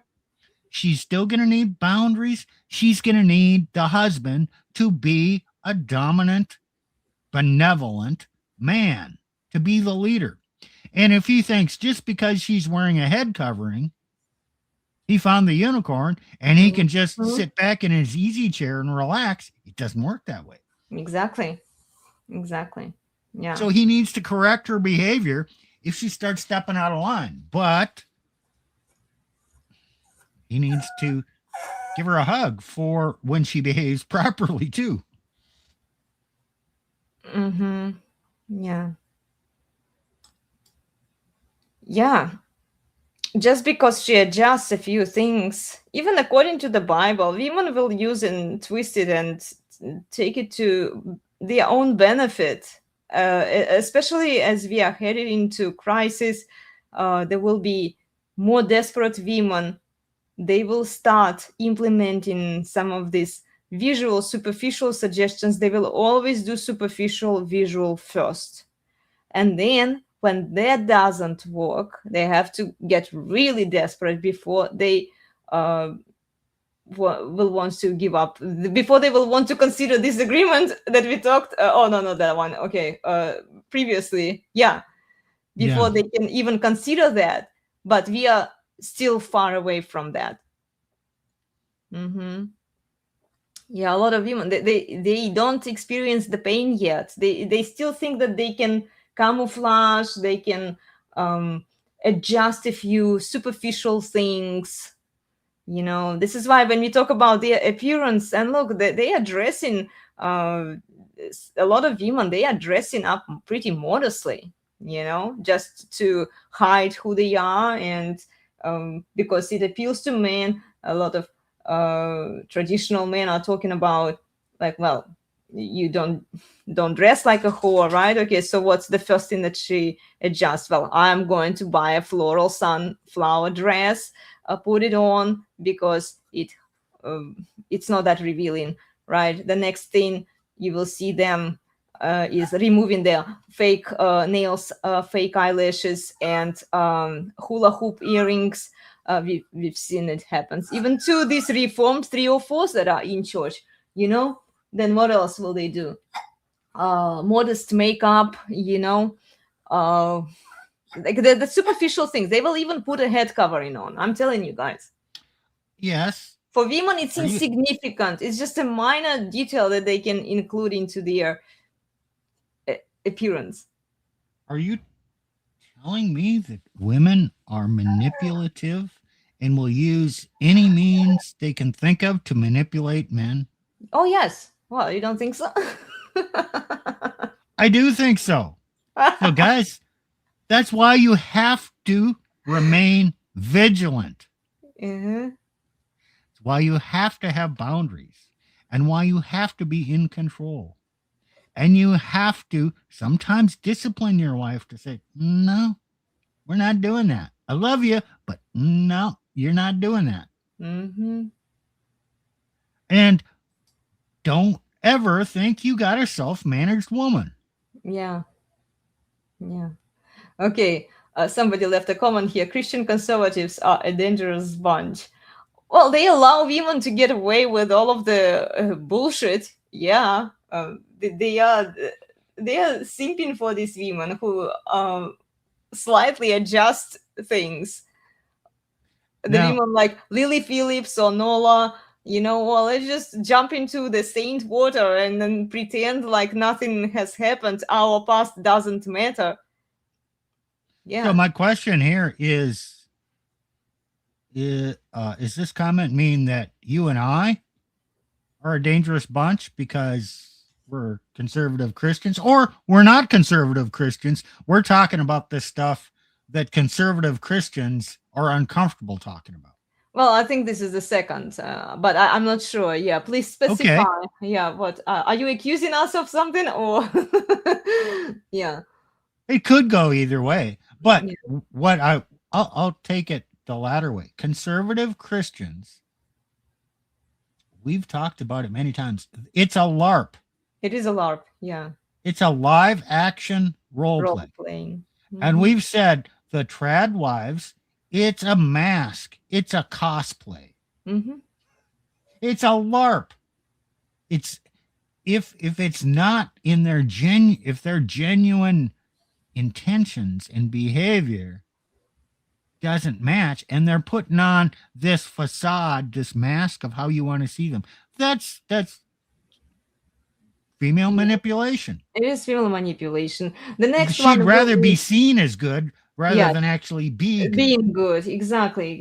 Yeah, and the only reason she can be good is when she's being restrained by her man and socially by laws.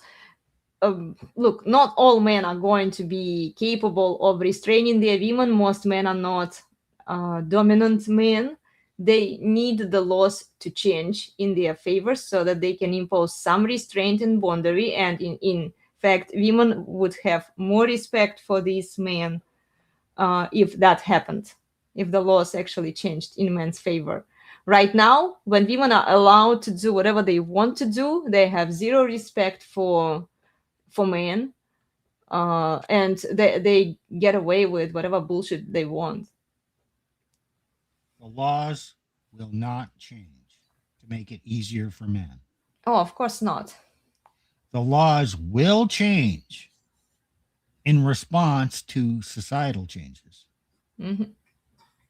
Well, women get more desperate. Women will ask for the laws to change because the more men refuse women right now, they already don't get wiped up by as many resourceful men as they wish they were. So yeah, women become more desperate over time, and then the women will be the ones who will push for all of these changes. We are just kind of accelerating it here and playing out what could happen, and then when that happens, this is the possible response for men. Okay, you women, you want us to wife you up, you want the commitment, you want to be taken care of, you want to be a stay-at-home mom or whatever because you lost your business, you lost your income, right? These are the conditions. So start preparing for them right now so that you have a small chance of getting a man in the future. It's proactively trying to change the laws in anticipation of the upcoming damage. But in order for us, like my husband says, in order for us to really learn the lesson, we have to experience the pain, the real pain. And we are not there yet. Women are not desperate yet. They will get there. They are already getting there based on the feedback that we see on TikTok, on Instagram, how many women are complaining, whining, how many women even are promoting, well, just give him some respect, some loyalty, some peace. just love bomb him, throw sex at him, initiate more, right? All of these neo-feminists who are pushing that, just focus on that, ladies. Focus on what you can give him, and then ignore all of the other freedoms that feminism has given you. This is why all of these pro-mommy, pro-family content creators who are pushing like higher birth rates and everything, they don't want to change the laws. But until the laws change, men are not allowed to execute any natural and legal authority over their women, because they don't have the legal authority over women. So how is this going to change? I'm just laughing because we have a data point. Okay. Elena is a data point. You've listened to this whole stream. She is more, you gotta put laws and restraints on these women. And I'm more, well, yeah, that's a quid pro quo. And yeah, okay. And she is more strident on this than I am. But here's a woman advocating that all women just need these restraints. Okay.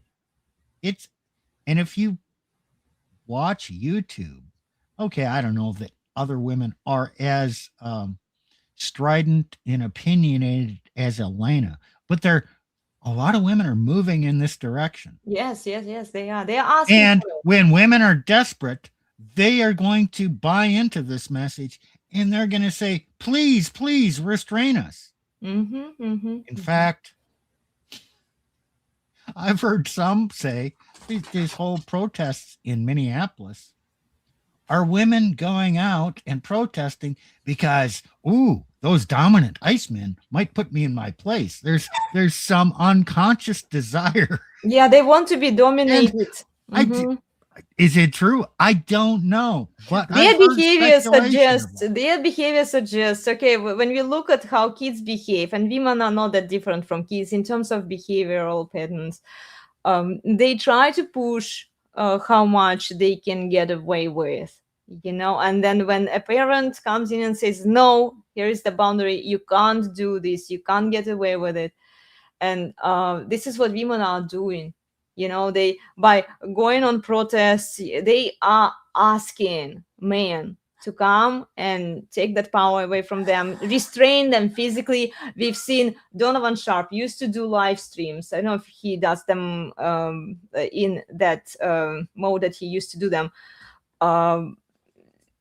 You analyze the videos by police officers, the women who get out from home and then they start doing crazy things, they get arrested. They want physical restraint from those law enforcement officers, right? They want that kind of restraint because this is chaotic female nature. It always asks for restraint. And the more unrestrained they are, the more of that restraint that they need. The harsher consequences must be applied to those who are even more rebellious and misbehaving. Okay, I'm going to ask a personal question here. When you're kind of in need of some attention or some dominance from your husband, unconsciously, might you sometimes act a little bit like a brat? Sometimes, yes. Oh, in order to get the dominance, it's not a conscious decision. I'm not saying that. Yeah, I understand what I'm out there. Does he care? I'm going to push his boundaries. Yes. And he's going to say no. No. And then, okay, then I get the boundary. And now, okay, I know where the boundary is, and he still loves me. Okay, I'm happy now. I'm content. So women will do that. Children will do that. Yeah. There's nothing aberrant. This is not a psychological problem. Yeah, this is normal. It's normal. It's normal female behavior. If she what do we expect? Okay, like we can call them crazy, but they are insane. They are, and I see the neo-feminists who, by the way, use all of the feminist benefits that feminism gave them, and then they criticize feminism. They criticize these crazy chicks in Minneapolis, Minnesota, right? And then they say, well, but those women are so nuts. They are batshit insane. I'm like, you don't see the craziness within yourself, because all women are that. We are all capable of being crazy. We are all designed that way, Yes. without And restraint. Without restraint. Look, my husband, does he impose restraint on me? Yes.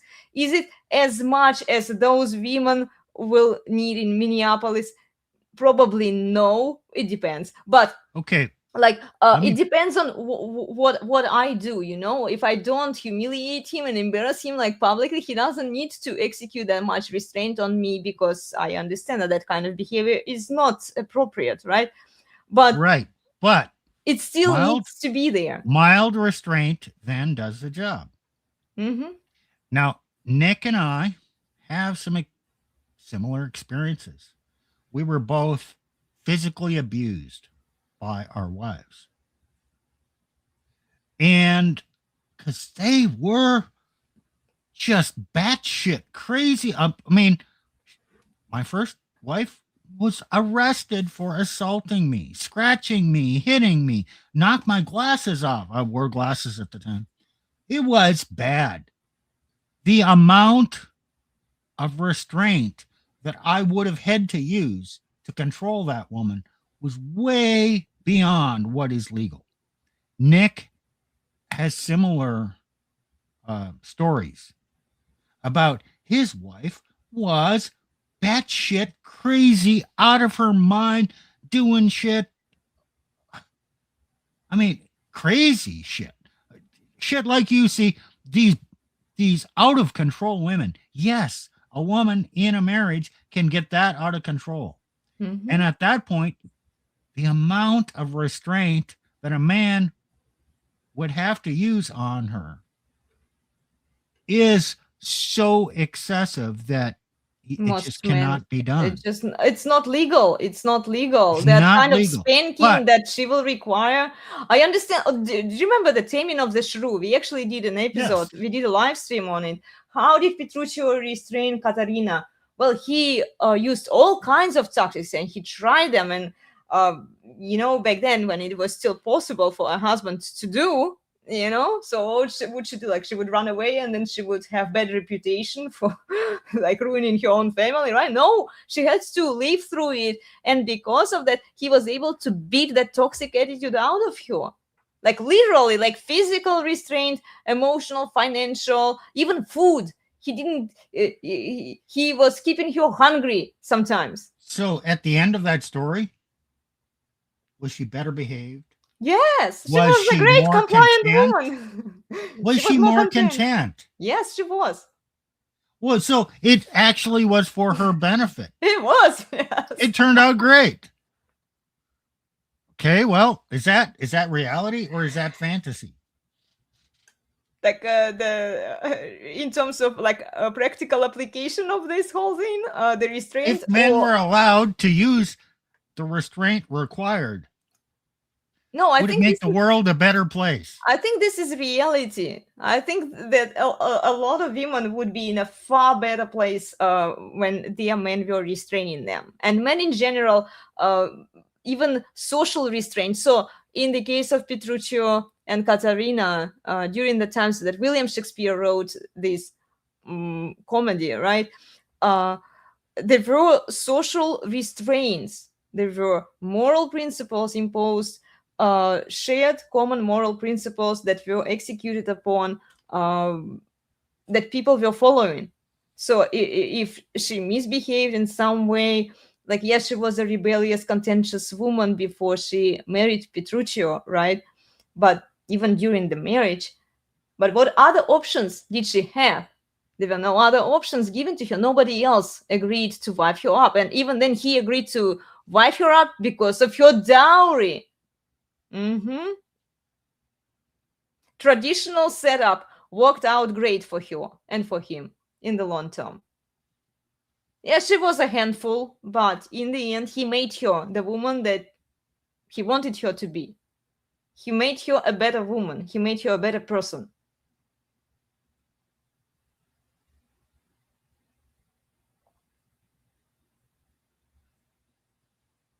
And see, women need restraint. Without it, we are just feral.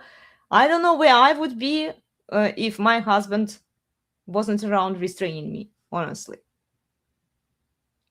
Do you feel secure? Yes.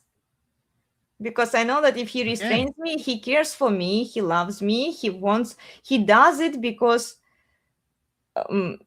he loves me. He looks after me for my future benefit, you know? Are you living on pins and needles every day, worried about offending your husband? No. No. Do you get a lot of freedom to feel and behave how you want? And if you go a little bit too far, okay, there'll be a There are boundary limits, there. boundaries, And boundaries. then, okay, he still loves me, and oh, I'm still provided for, and I still feel secure. But I have all this freedom under this broad umbrella boundary. So is it oppressive? Are you on pins and needles, worried about offending your husband? No. It's like Okay, why well, would I even worry about frustrating him, you know? so it's a safe place. It's a safe place to live. That's why the boundaries are not, you don't have to fear the boundaries. The boundaries are a layer of protection. Mm-hmm. And you have all the freedom to live within your boundaries. Yeah. And if you went outside of the boundaries, well, damn, I've seen from other women, those other women who are out of bounds, living out of bounds, they're not really very content and they're not loved. And okay, you know what? Let me go back to my place. Keep me in my place. Please keep me in my place because I like this place. Mm-hmm. Yeah. Yeah, it's better to be restrained by a man than when you know that he takes care of you. Well, yeah, you have certain limits that you can't do, right? Certain things that, but if you want marriage, if you want a family, then like, look, we live in a society. We are limited by law anyway. With what we can get away with, right? It's just a different level of limiting what's allowed in the marriage and what's not allowed. And based on the hierarchy, men are given by God. They have more authority. They have the authority over women. They have authority over children. You can't equate men and women. They are not the same. They don't have the same authority. And they shouldn't. Men are the ones who are in charge. Women are submissive. You do what he says. It's not that difficult. But it will be difficult for women who think that they bring money. This is why money was never passed through women, because the moment it hits a woman's mind that she is capable, she is strong, she's independent, she can do all of those things by herself, it wrecks her. Then she is not submissive to her man. She can't be, because but I have my own money here. I don't need to listen to him. I know what's best for me. No, you still need to listen to him because you are not in your place when you don't, and you're violating God's hierarchy. You choose this man, you submit to him fully. Or not. You don't, women, ladies, you don't have to do that. You have free will. You can choose to submit to one man and be under his protection. You can get all the benefits of that, or you can choose not to do that. Or you can choose to act like you'll be that and then get married and then control the man. Mm-hmm. I have not seen independent women very happy over the long term. Mm-hmm. Okay, well, you look where that path is going to take you. And if you choose to do that, fine, go ahead. You have free will. Or you can choose to get married and then be one of these nagging, controlling wives. But again, I have not seen those women be very content with their life. Mm-hmm. Always complaining. Their emotions are out of control because their man has no ability to put the boundaries on them and say, enough of this crap. Slap her on the ass and say, that's enough. Okay, so you can choose. You have the free will to be that kind of woman. Women have free will. Your free will is your agency. So you can choose whichever one you want. Mm-hmm. But there are consequences to each one of them. Yes, well, let's say there are outcomes. Mm-hmm. Outcomes may be consequences, but they're outcomes. If you choose the strong, independent, single woman, you're going to have the outcome of a strong, single, independent woman. If you're going to choose the role of a nagging wife, you're going to have the outcome of a nagging wife. If you're going to choose the role of a supportive, submissive wife, well, you're going to have that outcome.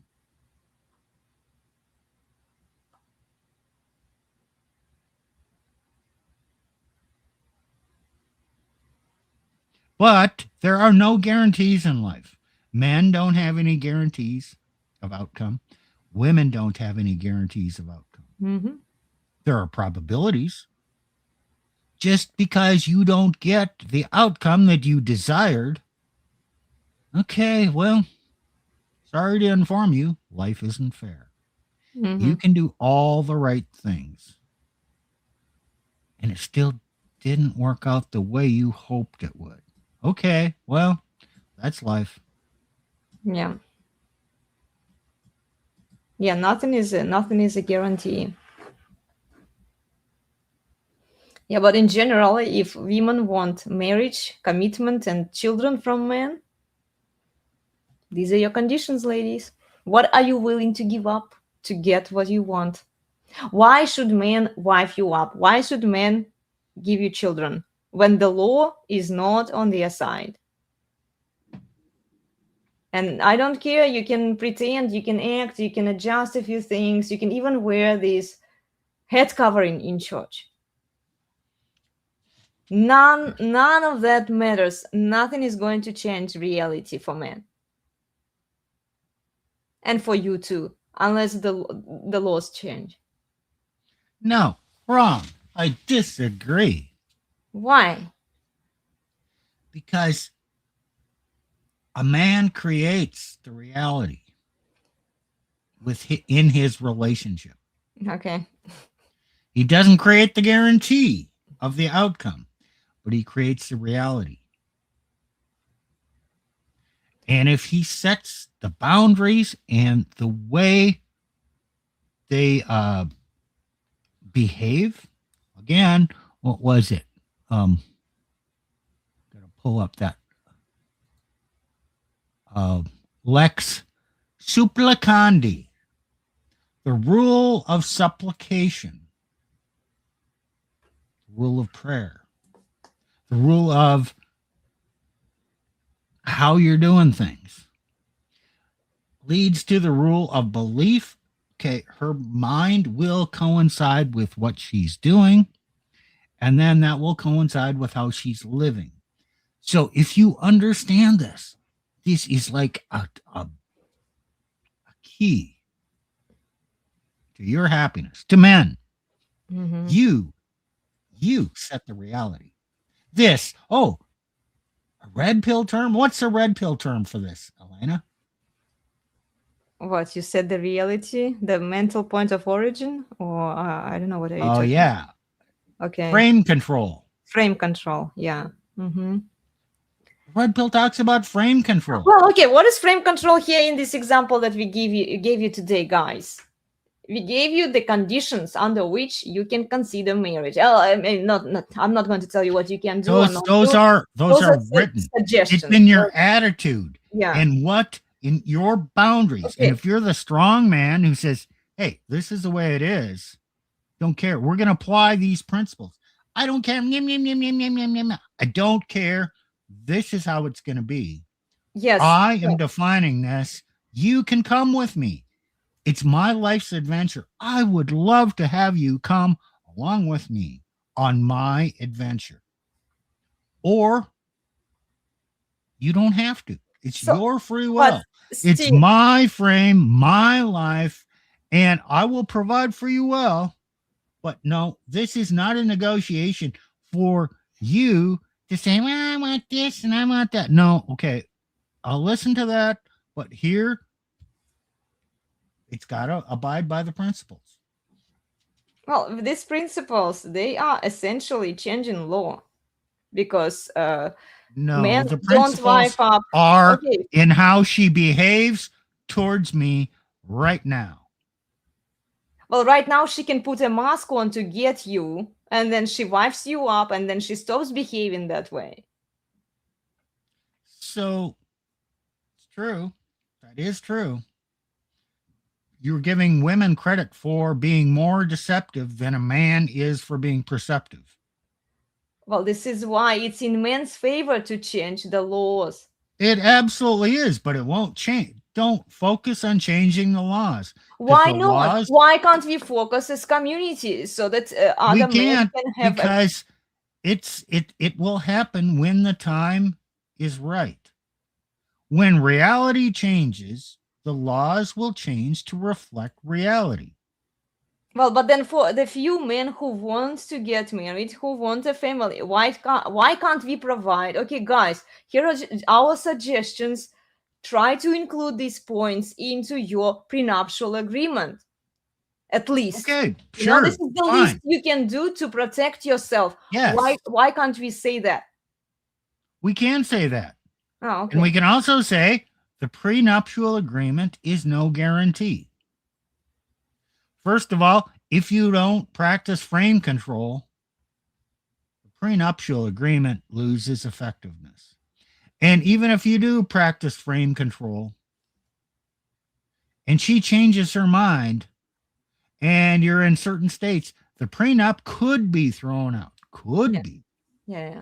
So it's not a guarantee, but it's a good thing. And getting these because you're going to have some intense discussions with her, getting these things aired out, finding out how she believes about this, how she acts, whether she will agree to it. You are getting so much information about the character of the woman you are considering marrying that why would you not go through the prenuptial process? Because it is like the last point of vetting to see what she will agree to or what she rebels against. And you're going to gain so much information and be open and understand her reactions to this are providing you raw data on how she actually believes. Yes.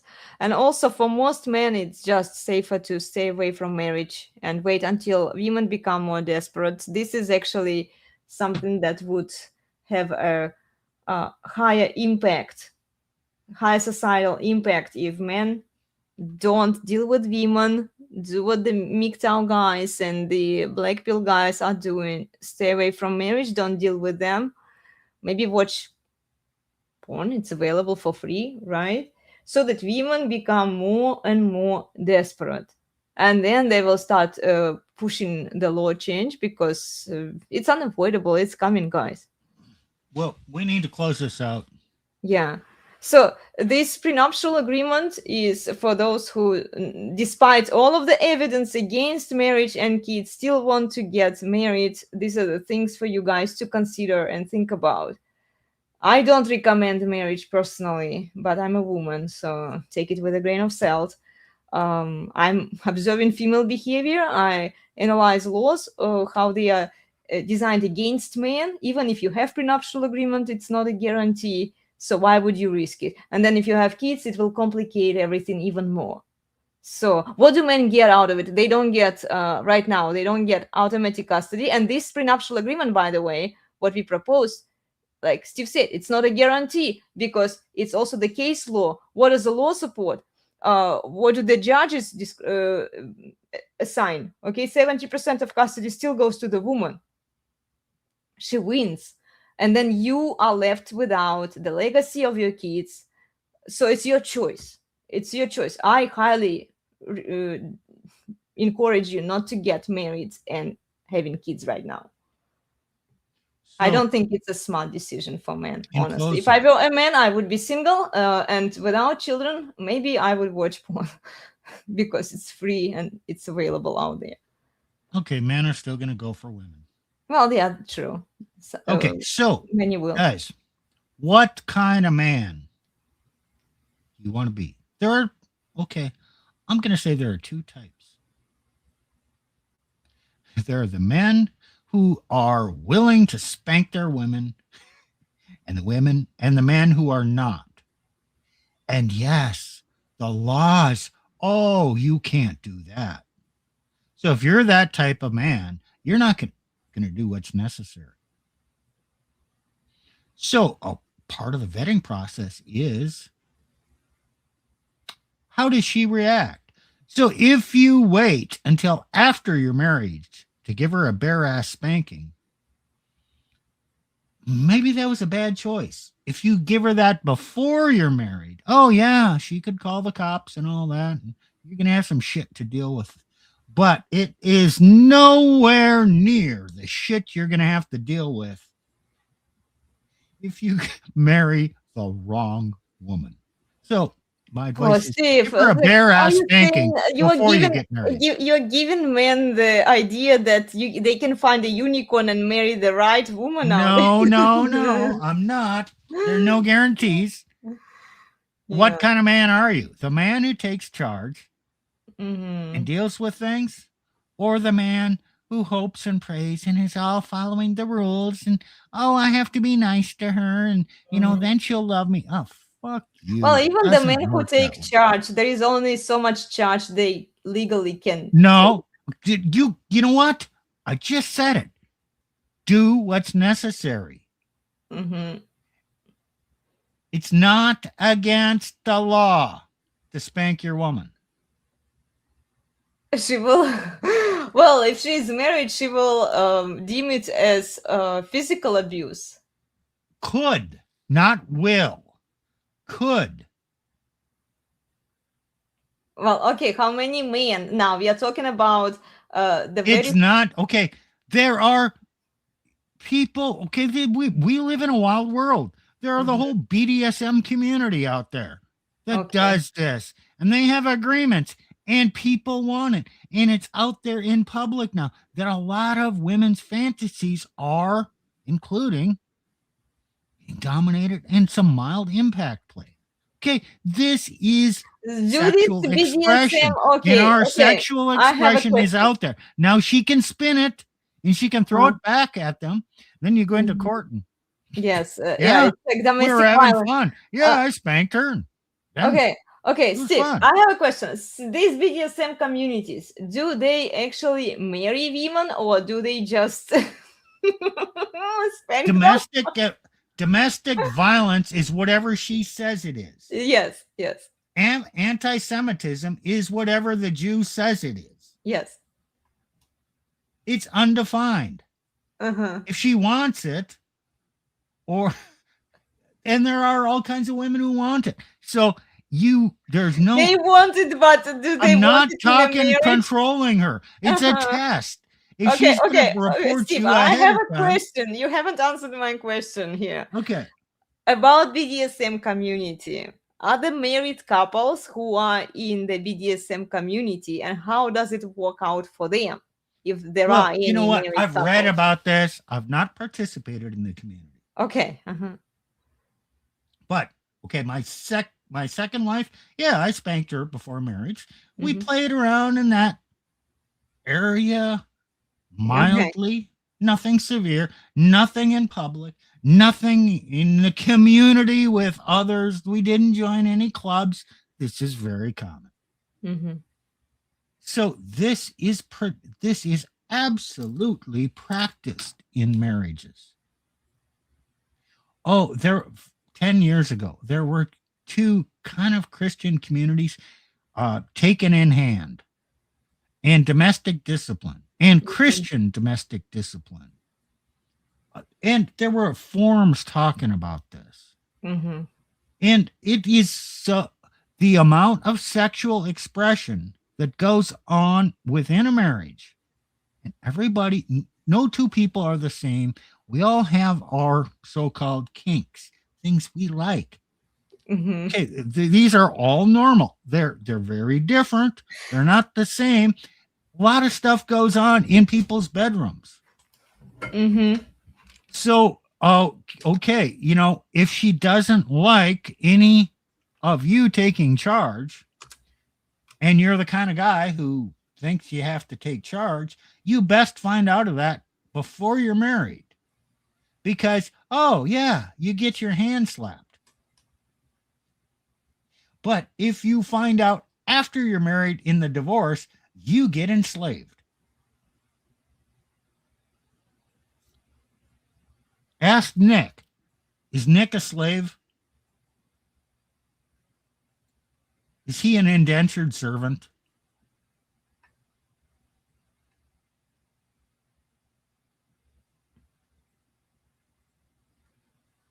For after what he did. Yep. Mhm. No. Well, what did Nick do? Mhm. Nick did nothing. She divorced him. He is now an indentured servant. Yeah, because she falsely accused him. Okay, let's assume prior to marriage, he would have spanked her like 20 times. And she would have had a bruised and sore ass and went to the police. And they would have come and arrested him for domestic violence. And then they went to court and they said, "Oh, did you do this?" And I said, "Oh, yeah, I did that. And it was all in fun." "No, we don't believe you. You did this. You now have to spend 15 days in jail and your fine is $2,000. Oh, this is so terrible. So terrible. But he just avoided the next 10 years of being married to a woman and all the hell that he went through there and losing everything. So which is worse, finding out early or I rolling the agree dice? with you there, Steve. I agree with you there. Okay, there is an interesting comment here because okay, I did ask this person, why wouldn't you marry a woman who is into BDSM community, right, outside of marriage? So we talked about this community. It's out there. Women are looking for it. They don't want men to do it to them in the marriage, but they want it elsewhere, right? So they go there. And then I ask him, why wouldn't you marry one who is into BDSM? And he says, because she's trash. It's okay to have fun with her, but this is what it is. I tend to agree with this person. If she doesn't agree with spanking and discipline and all of those things that we've talked about earlier today, then she's for trash. She will still get dominated by the chads, who will fuck her, but then she's for recreational use only.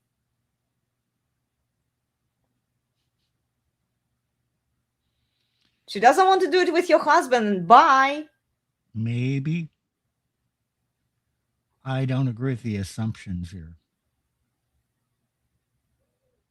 I don't agree that these women in the BDSM community, theoretical, because I have not met any, okay, but I don't agree that they are less likely to go to heaven than the women in the church.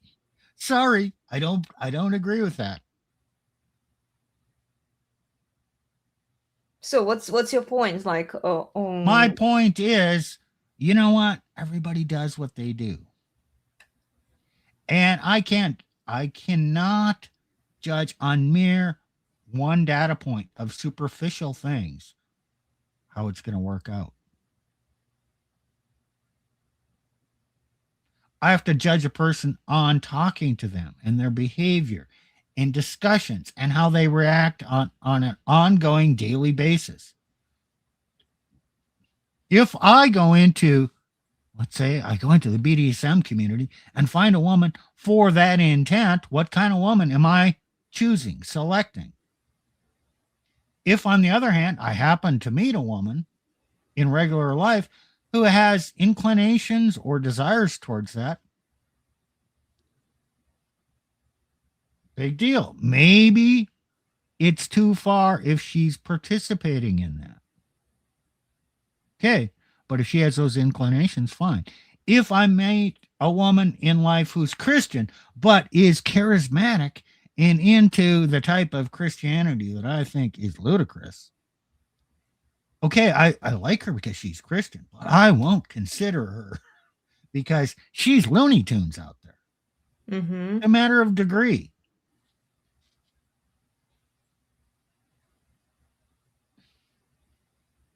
Okay, so she can be in the DSM as long as if she's not against spanking in the marriage, then you would consider her.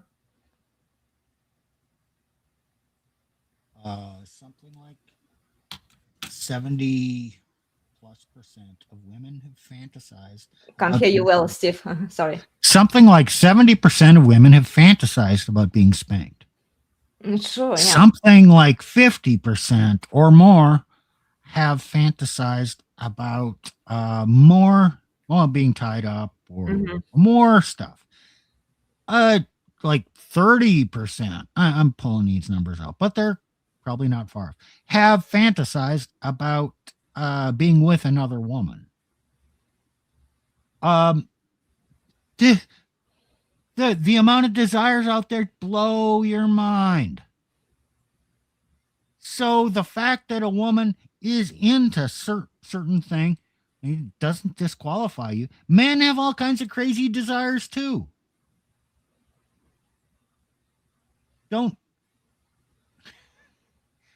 There's a difference between desires and having restraint and discipline over your desires. You can't always control your thoughts. You can't always control what you're attracted to. You have to evaluate a person based on their behavior, by talking to them, by understanding what are their core principles. Okay. You can't apply a checklist to this. This is what women do when they talk to men. Oh, okay, he meets this checklist here. Well, in a way, based on these conditions that we've given men today, we kind of gave them the checklist. You know, I'm okay. They are a shortcut. Okay, obviously, you have to pay attention to other factors as well. But, you know, men could have a checklist too. Just saying. They could, but men don't operate that way. Maybe for their own detriment. Maybe they're not going to change. I know. Yeah. I mean. Oh, checklist. Oh, little head going up. All good. Oh my gosh. This is okay. This is why you need a checklist. Well, not need, like you might want to consider having a checklist besides that one. Okay. So you don't just rely on what your little head tells you. Yeah. So yeah, the best risk mitigation is not to take the risk here. Nick says, only way to win is not to play. I agree 100%. Yeah. The marriage in the end, even with the prenuptial agreements, that get shredded all the time. It's still... They get shredded less than 100% of the time. Well, okay. About 30% of the time. Yes, but with how the law is designed at the moment, the odds are not in men's favor still. So, No, they're not. But you can improve your odds. You may not be able to improve them enough to make it a good decision, but you can improve your odds.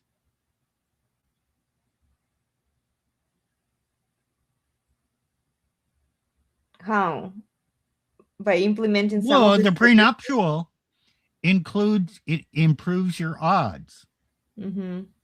because it removes the incentives or the ease that she can get cash and prizes. One thing. It improves your odds because you had some serious discussions about this and you laid out how you're going to live your life. And if she couldn't stomach this conversation, you got all pissed off at her, she got all pissed off at you, and you didn't get married. You improve your chances by requiring her to wear a head covering in public in the church to demonstrate her submission to you in public and her submission to God. That improved your odds. Every little good decision you make improves your odds. Oh, you spanked her before you got married and gave her a hug afterwards, and you didn't get hauled off to court for DV. Okay, you just improved your odds. Yeah, I'm asking Lost in the comment section. He's asking if we are lawyers here. No, we are not lawyers. Okay, we are not lawyers. We are just talking about laws based on data and the observations of other red pill men. So yeah, and the possible changes in the law that could benefit the family. Yeah. This is what we are doing here. Yeah, I would love to actually have a lawyer on the show if we could get a family lawyer to talk about some of the practical changes that could be implemented even in the prenuptial agreement, and what are the odds of it being maintained in the case law. That would be interesting. If somebody even in the red pill community did a show like that, I would love to watch it. It may not be us because we are not big enough. Lawyers may not want to talk to us. Although you guys, at some point, do you remember on the Resurgence of Sanity YouTube channel, you had 2 lawyers, or maybe there was 1 lawyer where you were talking about the rights that people have. That was an interesting show. I did a lot of shorts on that one. So yeah. Mm-hmm. Yeah, laws are against men that walk. Yeah, sadly. Mm-hmm. Yeah. Yeah. And they will be for quite a while. Mm-hmm. You have to get unemployment or disability to beat child support. My body paid $20 a month in Maine. Yep. Yeah. It's just crazy. It's like the whole system is against man. And even I would love to see the practical applications of our suggestions for men in the prenuptial agreements, the points that could be included. But what are the odds of them even working in the current system without changing the no one will ever know. Yeah. Because no one is wise enough to implement these things before they get married. Mm-hmm. Or very extremely few people. Yeah. So there will never be enough data on if you did these things. And then we'll check back with you 10, 15, 20 years later to see if they work. Mm-hmm. That data will never be gathered because it doesn't exist. It can't exist. There aren't enough people out there aware and doing these preventative, basically prophylactic actions. Yeah. They're not. It's not. We're not going to find out. You're going to have to Just choose, do it or not do it. Yeah. Okay. Nick here says, okay. Sorry, Nick, I missed your previous comment here. If you are the breadwinner and doubt to get a divorce, make sure you get fired before the divorce. Yeah, so that she can't milk you. I mean, like, what's the point even? This is why coming back to where we started. What's the point of marriage for men? It's just enslavement of men. They don't get any custody. They don't get to talk to their kids, only maybe on limited schedule whenever she feels like it, right? Everything circulates around her. And then she poisons your kids against you over time. It may not be even her directly. Some women will say, but I don't say anything against my husband. No, it's not just her, it's society, it's everywhere. Social media, big media, the fathers are superfluous because they have zero legal authority to execute upon their natural authority. They are easily replaceable. The woman can leave, she can ruin her life, the life of her children, the life of her ex-husband, not that she cares. Well, And that's absolutely true, Elena. But you asked, what are the benefits for a man? to have a wife. Oh. Yes, I'll tell you what the benefits are. In my first marriage, you get starfish sex about 8 times a year.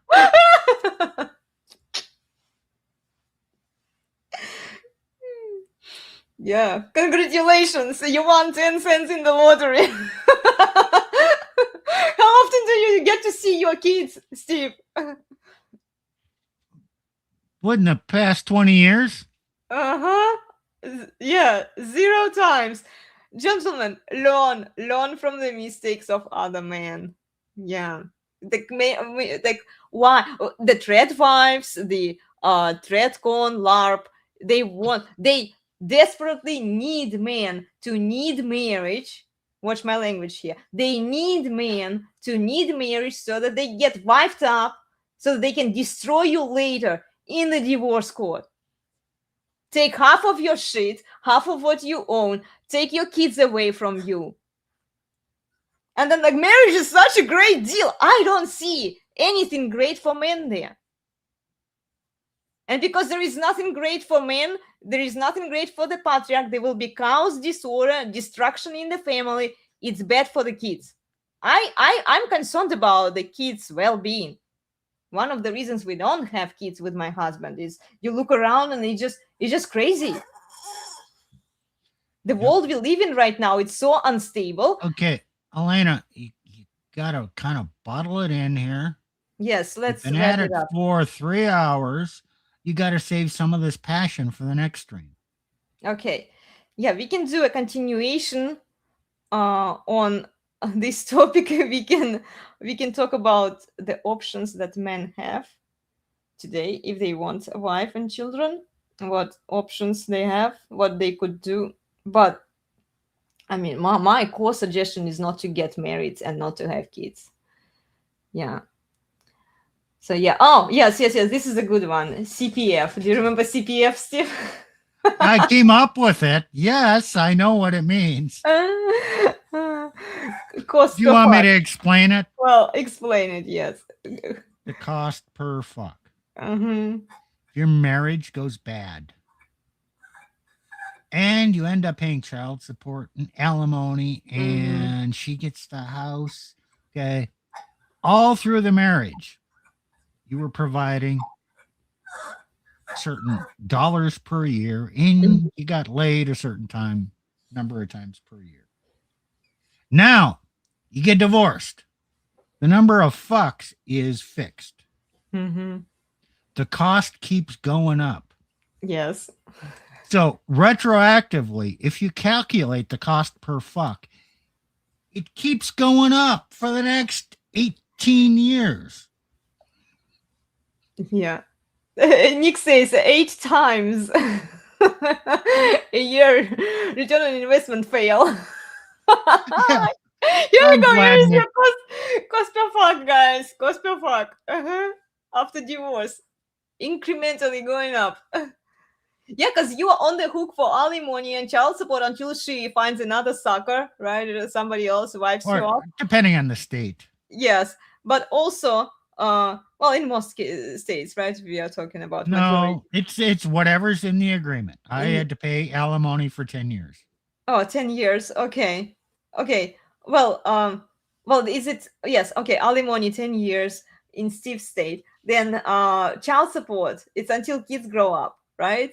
18, It's 21, until they're 18 or 18? graduate from high school.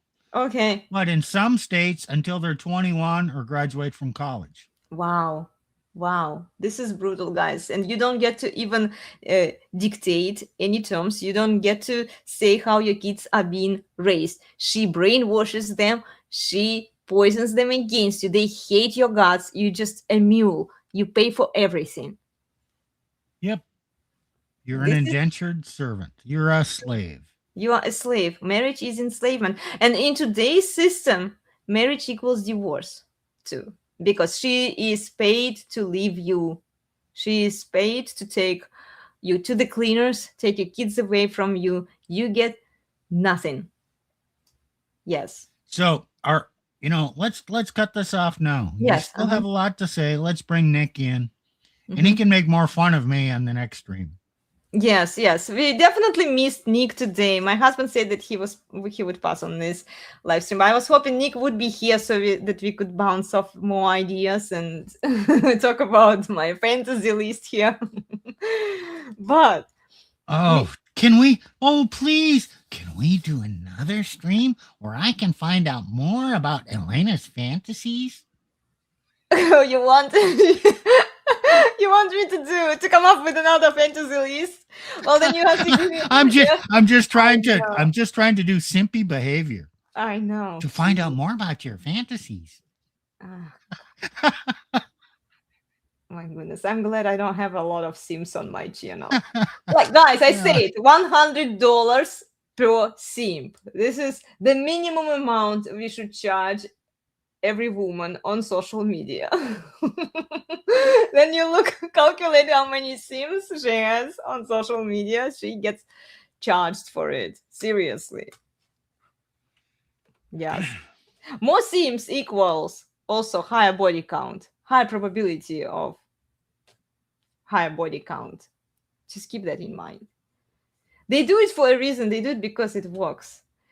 They occasionally get lucky. Yeah. Anyway, guys, okay, we're going to wrap it up here. Next time we'll have fun again. I hope that we'll have Nick and maybe even my husband. And what are you doing on Wednesday, Steve, on the resurgence? We don't know yet. You don't know yet. You'll come up with a topic. Anyway, it was fun today. Thank you for your comments, guys. Thank you for your questions. We appreciate your feedback. Let us know what you think about my fantasy list. No simping, please. I usually ignore simpy comments. I don't react to them. So, yeah. And we'll see you all next time. Remember to please like, share, and subscribe. It helps the channel. Share this video with other men who are considering marriage. Okay. And we'll see you all next time. Join us on Wednesday at 5:45 on the Resurgence of Sanity YouTube channel. I'm sure that guys will have an interesting topic there as well. And we'll see you all next time. Okay. Bye. Okay, bye. We've really got it all, and you couldn't ask for more. So sit right back and watch Elena shave a 3 or 4. Elena's Bar, Elena's Bar. The best place on the internet, the very best by far.